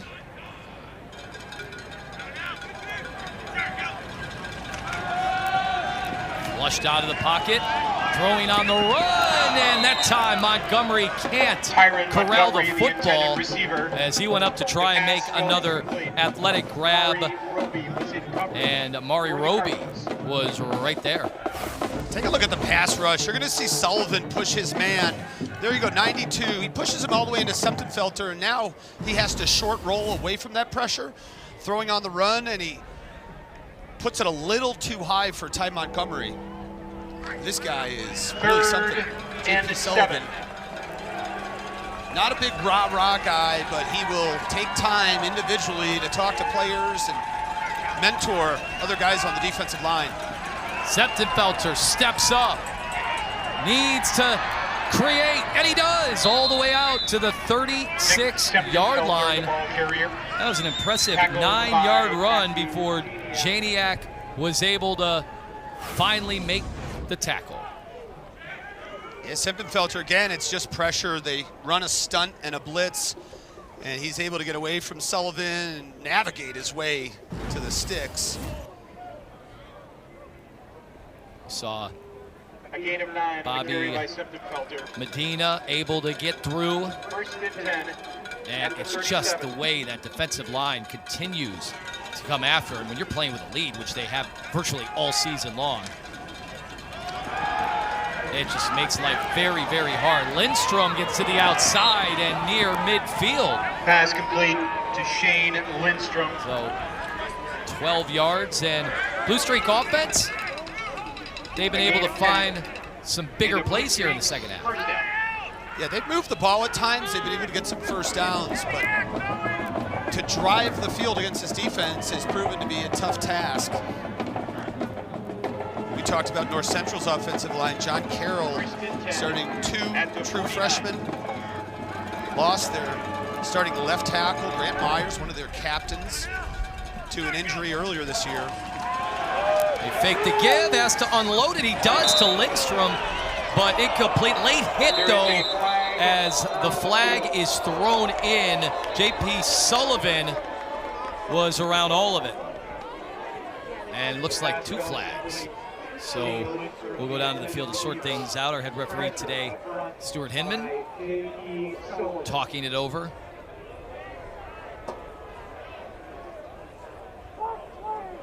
It looked like Sullivan hit Semptimphelter after he threw the football. That was the first flag. There are 2 fouls on the play, 1 by each team. Personal foul, roughing the passer. Defense number 92. 15-yard penalty, automatic first down. After the play, unsportsmanlike conduct, offense number 13. That's his first of the game. That 15-yard penalty will also be enforced. It will be 1st and 10 for John Carroll. All right, so after all of that, it will be a first down for the Blue Streaks, and we'll take a look at what happened. I think they got him with the push at the end.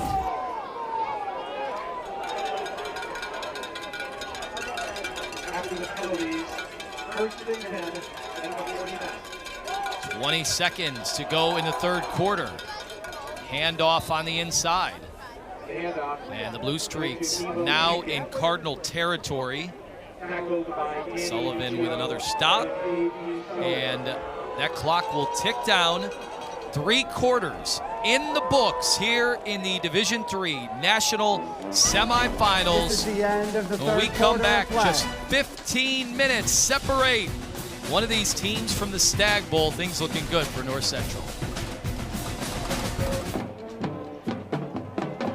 Start of the fourth quarter here in Naperville, Illinois. North Central doing what they typically do here at home, where they are riding an incredible 45-game home win streak right here.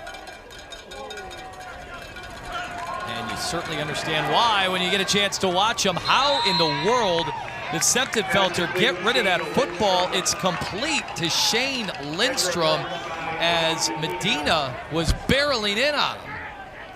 Bobby Medina comes into today with 10 sacks, 14 tackles for loss, and you can see why. Look at the left of your screen. Inside move on the tackle. Looked like a miscommunication on the offensive line for the blocking, and Medina had a clear path to Semptimphelter. But eyes on the back of your head, he felt the pressure and got it out to Lindstrom. Threw that ball a long way for 11 yards. That's why I always like to throw to the tight end. It's right over the middle. It's the shortest pass to get the same amount of yards. Semptimphelter stepping up and had a little too much mustard on that ball to Evan Nelson, so it's incomplete. Yeah, Nelson was about 5 feet away from Semptimphelter. He put, as you said, maybe a little bit too much sriracha on that ball. Unable to bring it in was Nelson.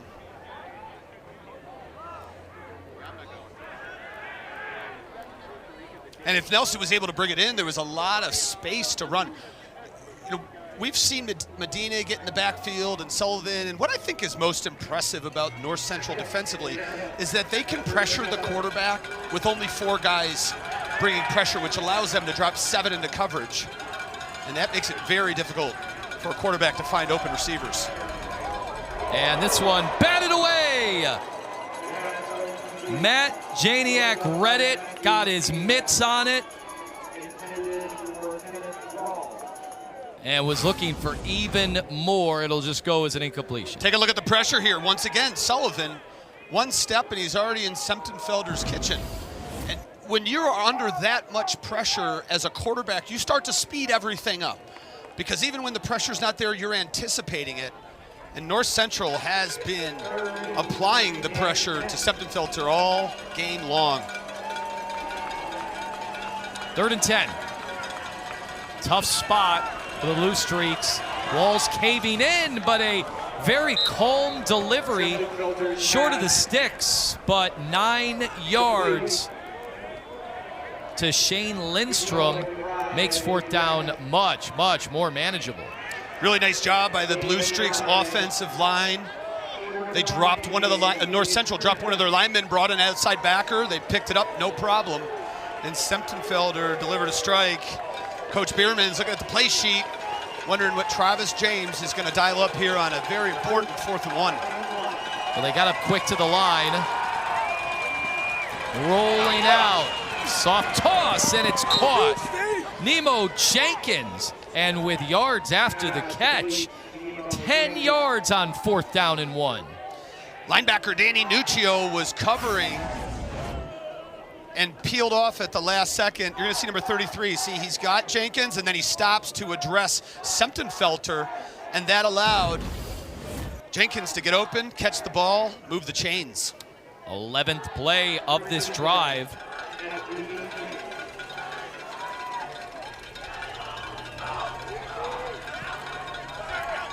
Under the 13-minute mark. Semptimphelter looking back into the end zone. Touchdown! Great job. Kenny Rolls on the score for 18 yards. Some words afterwards with the Blue Streaks. Find the end zone for the 2nd time today. Nice job by Semptimphelter looking, finding, waiting for Rawls to come open. puts it on him. 8th touchdown catch of the season for the big tight end, Kenneth Rawls.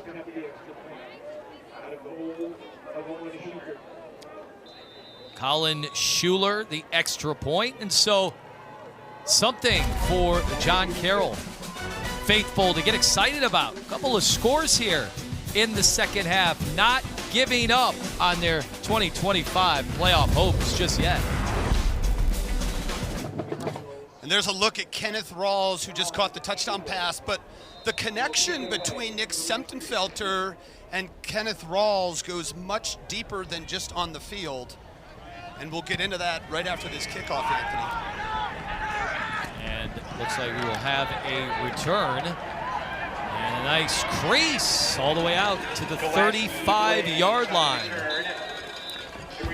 So we got to go back to Battleground Academy in Franklin, Tennessee, where Semptenfelter and Rawls were teammates, but they were much more than that. Junior year, the Semptenfelter family brought Kenneth Rawls in. He lived with them. They consider themselves brothers. And when Rawls went to North Alabama, Semptenfelter went to Bucknell. They both came here. Rawls wanted to play with Semptenfelter one more time. And oddly enough, they lived together in University Heights on John Carroll's campus. It's Semptenfelter, it's Kenneth Rawls, and Semptenfelter's sister Gracie, who might be the best athlete in the family. Yeah, all she did was score 24 points yesterday. Holiday tournament in Tennessee, just outside of Nashville. So a homecoming of sorts for her. They won again today. Ball's out. That ball is loose, and the Blue Streaks get the turnover. A rare mistake, and this time Dylan Crassy responsible for 2 turnovers last week. They had 7 as a team, and now they're feeling really good about things here in the fourth quarter. Yeah, you're going to see McNeil get the ball punched out from behind, and there it is. Dylan Nice Crassy job defensively fell on the loose ball. to knock it out. It was Germano who punched it out, and Crassy who recovered it. So John Carroll trying to see some sort of momentum. You gotta love the fact there's been no quit in those guys at all today in the semis, because this was looking very bleak. Little razzle-dazzle, flip to Montgomery, able to get all the way out to a first down and more. What a run. And he fumbled the ball at the end, and Janiak ends up with the football. Let's see what the officials say. They're going to huddle up and talk about this, but the ball came out, and Janiak appeared to be in the field of play when he recovered it. Now, we couldn't see from the far side if that ball landed out of bounds, or where he came from to make the recovery.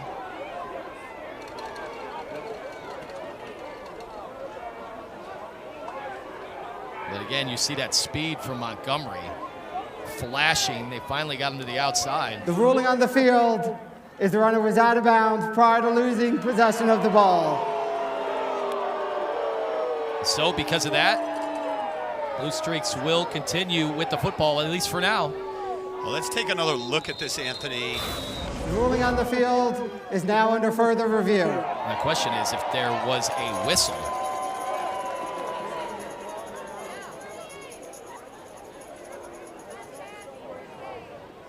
And also looks like Janiak, I don't know if he got the ball when he was in, but look at the feet of Montgomery. Ball's out before his feet step out. So I think now Janiak's out of bounds. So I don't think that's going to be a recovery. Tough from that vantage point. Yeah, I believe this is going to be ruled a fumble, yet out of bounds by the time North Central fell on it. We don't get a crystal clear look, even with all these great camera angles. It's still very tough. The replay officials next to us up here in the booth, Anthony, are looking this over. And I think the decision is going to be, did Janiak have control of the football before his body touched out of bounds? And it can't be an assumption. They have to know for sure for them to be able to overrule what that call was on the field. and we had 3 different angles. And I don't know that we got a clear, obvious, like it might be, and I think he recovered that ball in bounds, but that's not enough to get a total change in possession and a reversal. But crew here doing an excellent job. Been getting ready for this game all week. So we appreciate all the pictures that they've been providing. We've been hearing from fans from all over the country on social media that we're excited about this game all week. And it's awesome. I was getting texts from Northeast Ohio, the John Carroll contingent that couldn't make the trip. They were watching the game. And you know, here in this part of the country, we've kind of felt all week just how fervent the support is for the defending champs. You know, the love for North Central football runs deep. For anybody who's come through this program, 5 of the 7 full-time assistants played here. And we're going to get the call. After further review, it's been determined that the runner fumbled the ball prior to being out of bounds. However, there was not a recovery in bounds by the defense. Therefore, by rule, this is a forward fumble out of bounds, which will be brought back to the spot of the fumble, which is the 48-yard line, which is sufficient for a first down. So it will be first down for John Carroll at the 48-yard line. And the look on Matt Janiak's face, he wasn't necessarily buying it. Great job to punch that out by Bobby Medina. This is probably the best angle here where you see that he doesn't have possession and his body hits out of bounds. And that was the official ruling from the replay booth. Handoff, Quincy Newsome down the sidelines. Carroll getting some good effort on that running game. And a pickup of 11. And it's all coming outside. You know, they have not had much success running in between the tackles. However, they're getting their speed to the outside. And I like the play to Newsome there where you're catching him on the jet sweep. He gets the football with a full head of steam. And that allows him to get to the edge and beat the defensive end around the corner. Under the 12-minute mark, Semptonfelter sets up the screen and some room to run. A nice open field tackle after an 8-yard gain, and Braden Garrigan has been everywhere for that Cardinal defense. He's come up in run support in a big way.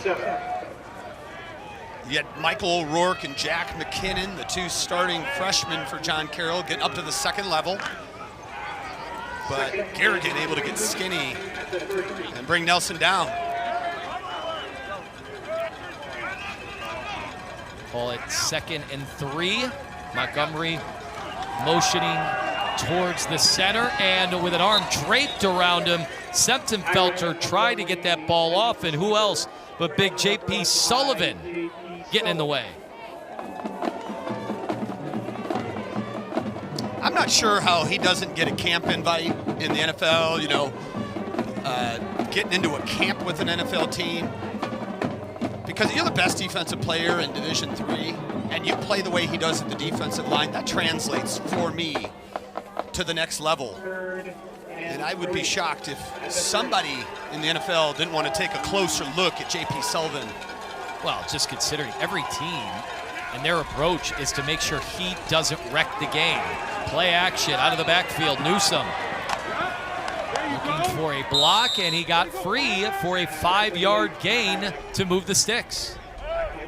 No quit in this Blue Streak offense right now after all the struggles they had earlier on in this football game.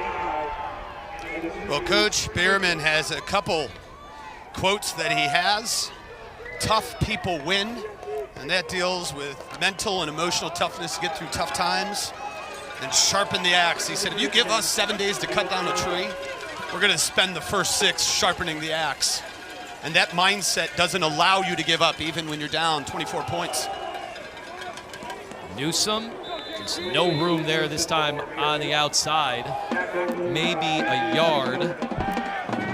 And J.P. Sullivan all over it again. I mentioned Janiak led the Cardinals this year in 6 different games with as the leading tackler. JP Sullivan led the team in 5 games as the leading tackler from playing at the defensive line. That is...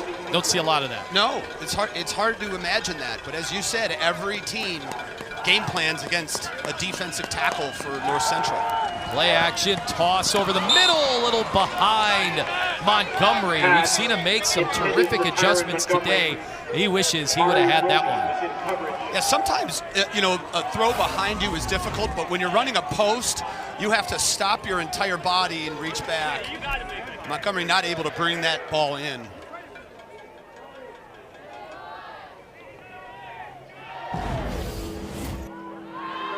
Boy, the top-level talent, and there's a lot of it to go around in this matchup. We've been highlighting Sullivan, Montgomery, and you can see exactly why those guys may have a little more of a chance to continue playing football. 6 of 12 on 3rd down. And this one looks to be short of the sticks. I think they're going to rule this incomplete, Anthony. We're going to get a good look at it here. But yeah, he does not catch that football. The referee's got a little help from Garrigan. 4th down and down 24. Offense stays on the field for JCU.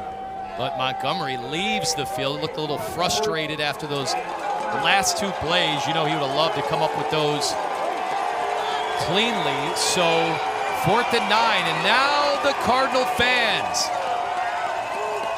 getting into it. They do not want to see any more points on the board. Backpedaling, throwing over the middle, and wow, the tacklers all over it. Janiak again, nothing doing on 4th down. It'll be a turnover on downs.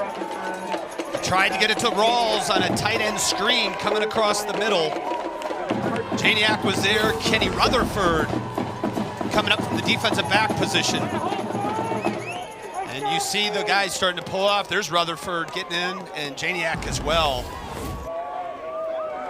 Played it absolutely beautifully.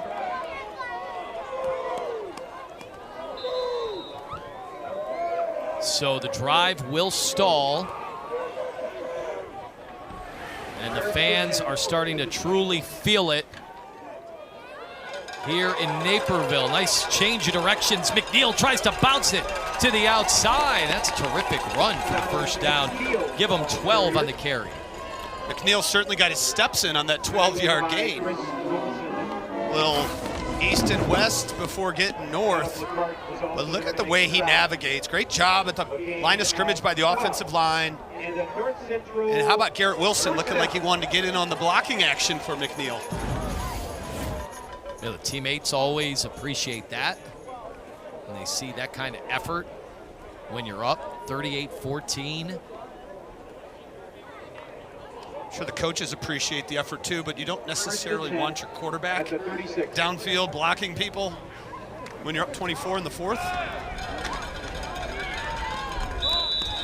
Another nice inside carry.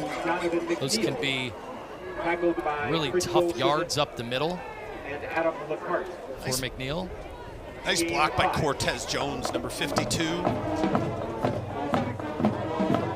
About McNeil on the day, 16 carries, 152 yards, along with a touchdown. And their running attack, you know, we said at the start of the broadcast, outgaining opponents in the run game 4-1. It's as lopsided as you will ever see. There's another carry up the middle with McNeil. Lamar Thomas there to make the stop. We're going to get a personal foul here on Jared Dury in the center. And I believe he was working on Chris Golson, the linebacker, about 12 yards downfield, and they finish it off with a push after the whistle.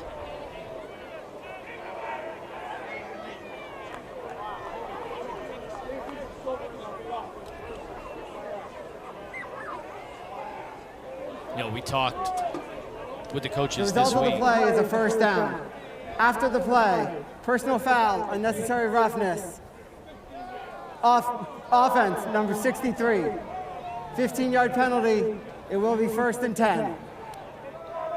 You know, the coaches talked about not only the type of relationship they had with each other, as you see a little late activity that warranted the flag. You know, I thought it was really interesting when Behrman got the head coaching job at Carroll 2023. One of the first calls he made was to Brad Spencer because he wanted to model their program after another program that has been to the top and sustained that type of success. So these two coaching staffs know each other very well. A nice flip and a huge gain out past midfield for Grant McAtee. Just another something to look at. They bring McAtee in motion. They flare out the running back and they give a little shovel pass to McAtee. They're going against the grain. McAtee comes back the other way, and the big fella, 6'5", rumbles downfield. Another 21 yards. Boy, they can do it in 1,000 different ways. And they're going to be real patient to get to the line of scrimmage, snap the football, because right now they want to squeeze the last 7 minutes out of this clock while they have the football. Play action, Wilson. Over the shoulder, Thomas Skokna. Inside the 20. Another 25 yards. Beautiful flag route by Skokna. Little play action. They put a tight end in the flat, but look at this pass by Wilson. Easy money to Skokna up the sideline. That is what the kids like to call a dime.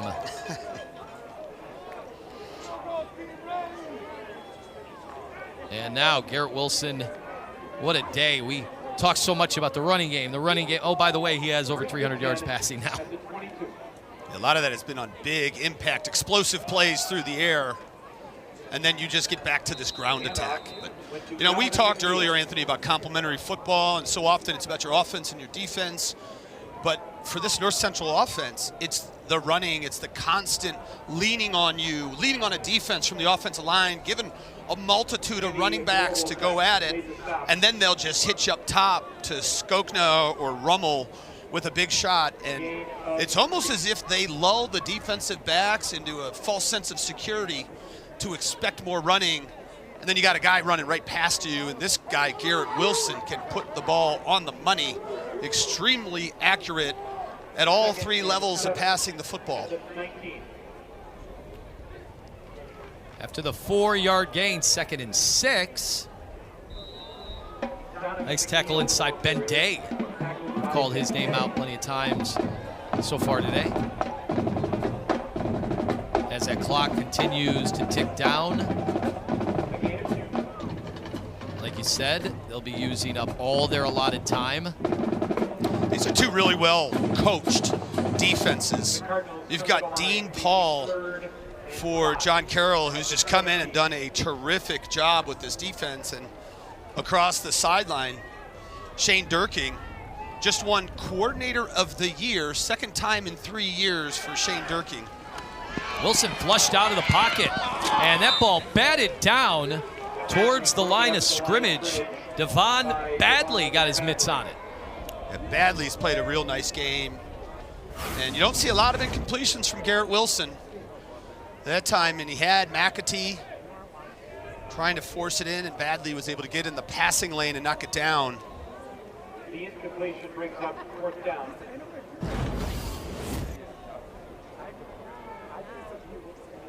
So 34-yard attempt by Aiden Ellison, one of the best kickers in all of Division III.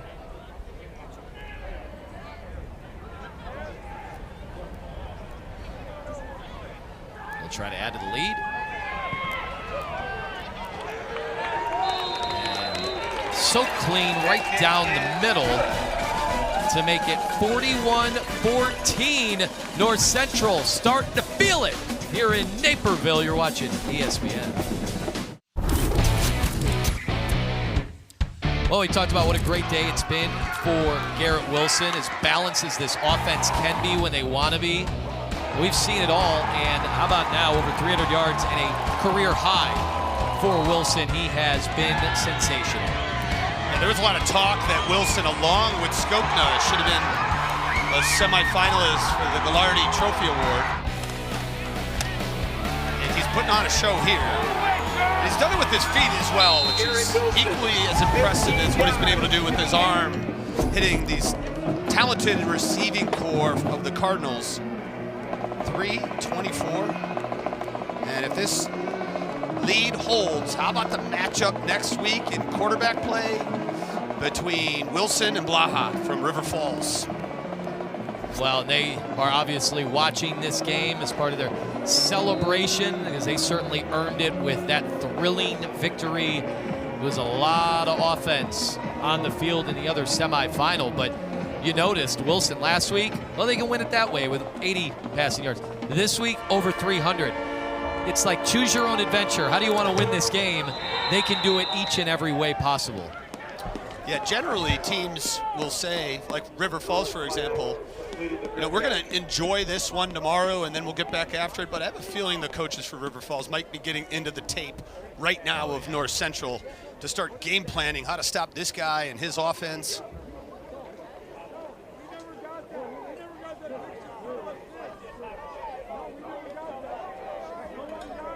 So they now are up to 529 yards of total offense. Just a machine, week in and week out. It's why they've been number one basically all year in both polls. You know, it's always interesting, a town like this that knows what a championship team looks like, and their fans, you know, they're almost as disciplined as the coaching staff. When I started polling some of them out in the parking lot, how do you feel about this team in comparison to the other teams? And they're like, well, you know, we have this weakness, we have this weakness. I haven't seen any weaknesses so far today. No, look at this. This is since 2019. 5 straight Stag Bowl appearances. The only loss for Coach Spencer as a head coach was in the Stag Bowl 2 years ago. A lot of football these kids have played.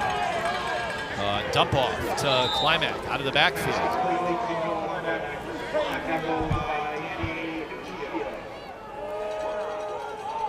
That clock now continues to run.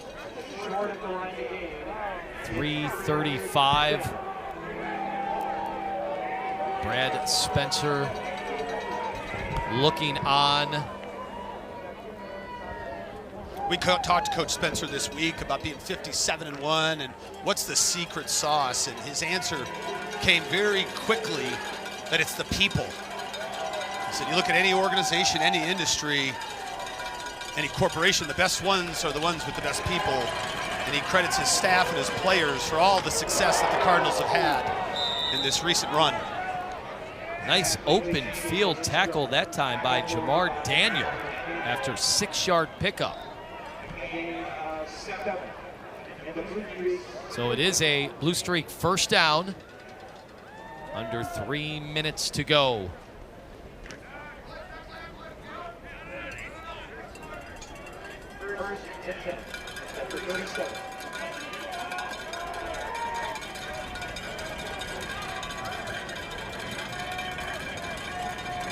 We'll send Montgomery in motion. Inside handoff, a little misdirection that time, and some nice open field running for Cohen. Climac and a late flag as well. So a very nice carry.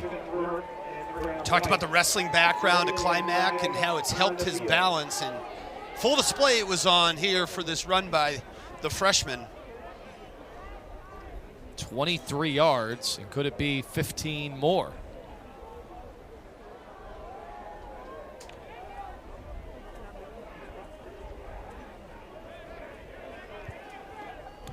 Personal foul, face mask, defense number 4. 15 yards will be added to the end of the run. Automatic first down. Ethan Groark assessed the face mask penalty, just trying to do anything he could to bring him down. That's actually the 8th penalty for the Cardinals. So we talk about what they can clean up. 89 yards of penalties today, 3 on special teams. Septenfelter over the middle. And the Blue Streaks with another drive. Matt Janiak on the tackle, 5 yards officially, will take us down to the 2-minute timeout. This is the 2-minute timeout. It's 41-14. The finale coming up. Don't go anywhere.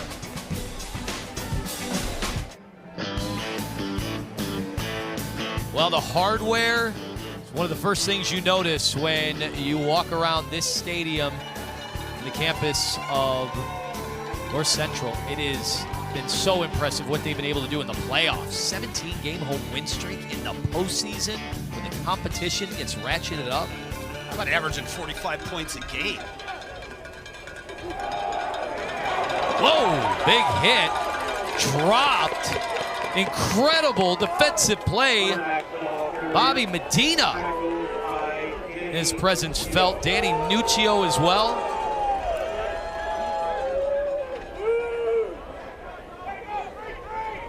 Ran into a brick wall. Nuccio was down on the lower half, and then Medina came and cleaned him up.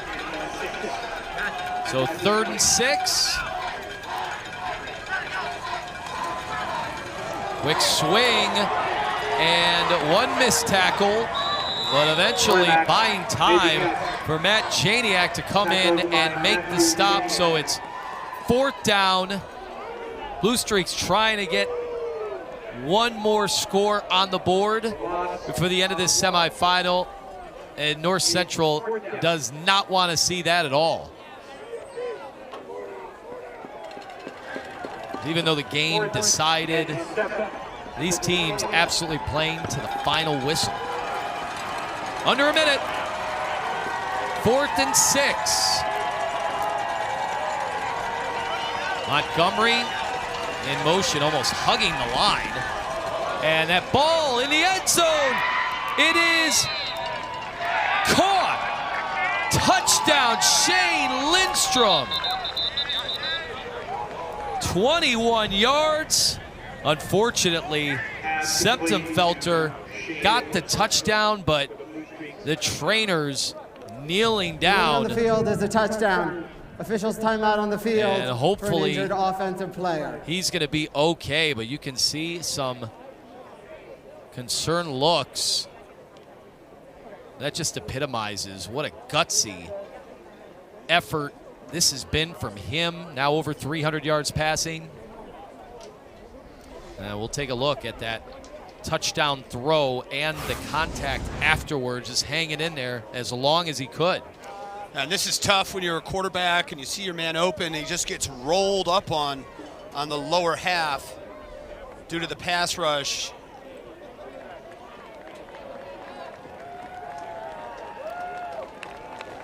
How about taking that hit and still delivering and getting a nice ovation from both sidelines as he is getting help.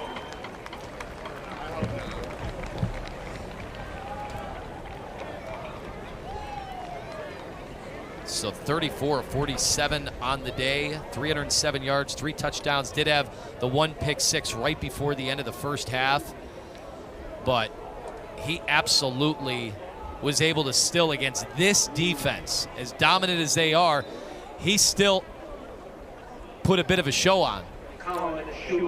Yeah, it was a gutsy performance from Septenfelter. But ultimately just too much from North Central's defense. Being able to limit Septenfelter's chances to throw the ball downfield because of the pass rush. That time hung in the pocket, was able to deliver a strike to Lindstrom, and unfortunately had his leg rolled up on. You see head coach Jeff Bierman there talking with his quarterback. 36.4 seconds remaining. North Central 41. John Carroll 21. So the Blue Streaks, they put a nice drive together to end the game. In the second half, they did not go away. They certainly epitomized why this program here in yet another playoff berth this year, something to build on, start to really, show their community and the Division III that they're not going to be going anywhere. Yeah, they have really, Coach Bierman has done a great job of building this program, getting them back into this point, again, third time in their career history, being in the semifinal, but this was an absolute buzzsaw they ran into. North Central, as you mentioned earlier, Anthony, it's really hard to find weaknesses for the Cardinals team. And for the Cardinals, putting their finishing touches, a little bobble on special teams, on what has been just a remarkable run as they are heading back to the Stag Bowl.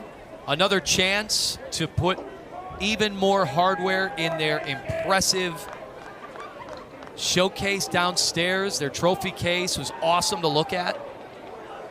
And did you see any more room for another national championship?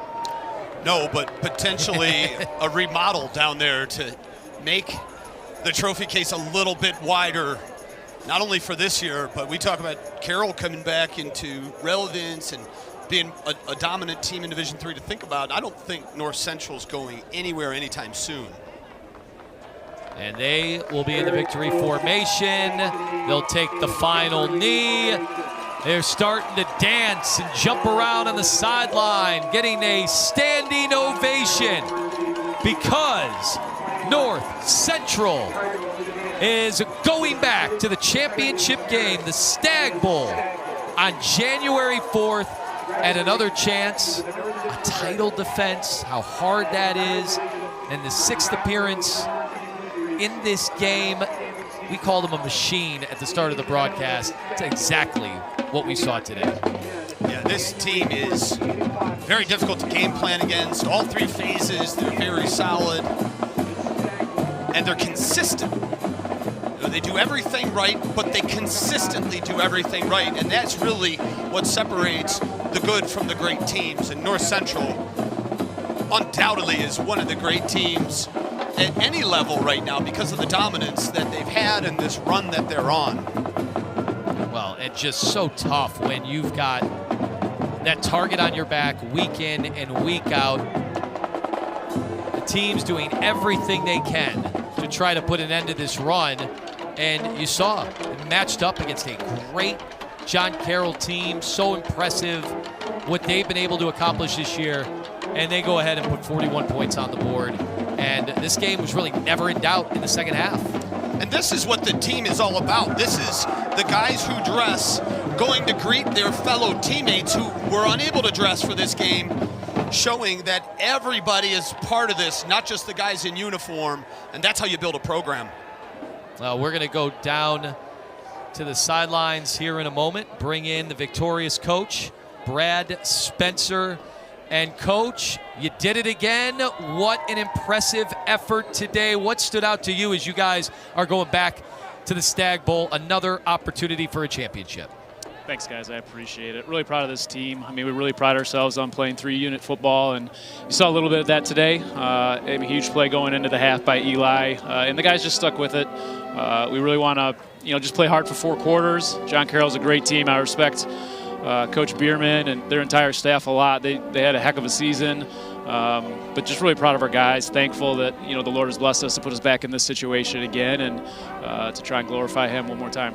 Coach Spencer, Ryan Cavanaugh here. This is your 6th straight time making it to this game. What makes the 2025 version of North Central Cardinal football unique? Yeah, thanks, Ryan. Every year the senior class is unique. None of them are the same. They all find their own ways to win and persevere, and really proud of this group and all the ways that they've been pushing the needle and fighting complacency and just continuing to battle and come together as a unit. I mean, we had a lot of new starters on offense, and Coach Studeman, that offensive group, has done a great job of molding and just advancing the entire season. And then our defense has just been the solid point all year long. Well, we're looking at you up here in the booth, and we know somebody's going to be looking down after what was an emotional week. And, having you guys deal with that unfortunate tragedy, and to see how much the Thorne family meant to this program, for sure he is looking down and loving every minute of what you guys have been able to accomplish. Yeah, for sure. And I think I told you before the game, it wouldn't surprise me if I saw John Thorne, and I did. He was in halftime. I saw him, and I know Jeff would be really proud of the foundation that him and John have laid for us, and we continue to dig that well deeper and benefit from all the wonderful things that they've done for us. Well, Brad Spencer, terrific job. Good luck in the Stag Bowl. We'll be watching, and your fans are absolutely loving life right now. Congratulations on the win. Thanks, are we? All right, there it is, 41-21, adding to that impressive resume, their 46th straight home win, 18th straight home playoff win, a dominating offense all the way around, Ryan. 528 yards of total offense, career day for Wilson, career day for Rummel, and we haven't even mentioned the defense. This is a very complete team, and I can't wait to see how they perform in Canton for the Stag Bowl on January 4th. And John Carroll, obviously, plenty to be thrilled about this year for what they were able to accomplish, but only one could move on, and the Cardinals are doing just that, so it sets up Stag Bowl, January 4th. Of course, you'll be able to watch that on ESPN. Could it be a shootout? North Central and Wisconsin River Falls. What an incredible matchup. Yeah, fireworks, two of the best quarterbacks in all of Division III. You got Blaha, you got Wilson. And, don't get up from your couch in that one, because I expect a high-scoring affair. All right, for Ryan Kavanaugh, I'm Anthony Lima. What a sensational semifinal. Truly did live up to the billing. We saw the explosive plays, but we saw utter dominance all the way around for North Central as they pull it off. They're heading back to the Division III championship game, 41-21. This has been a presentation of ESPN. So long. We'll talk to you next time. Thanks for watching ESPN.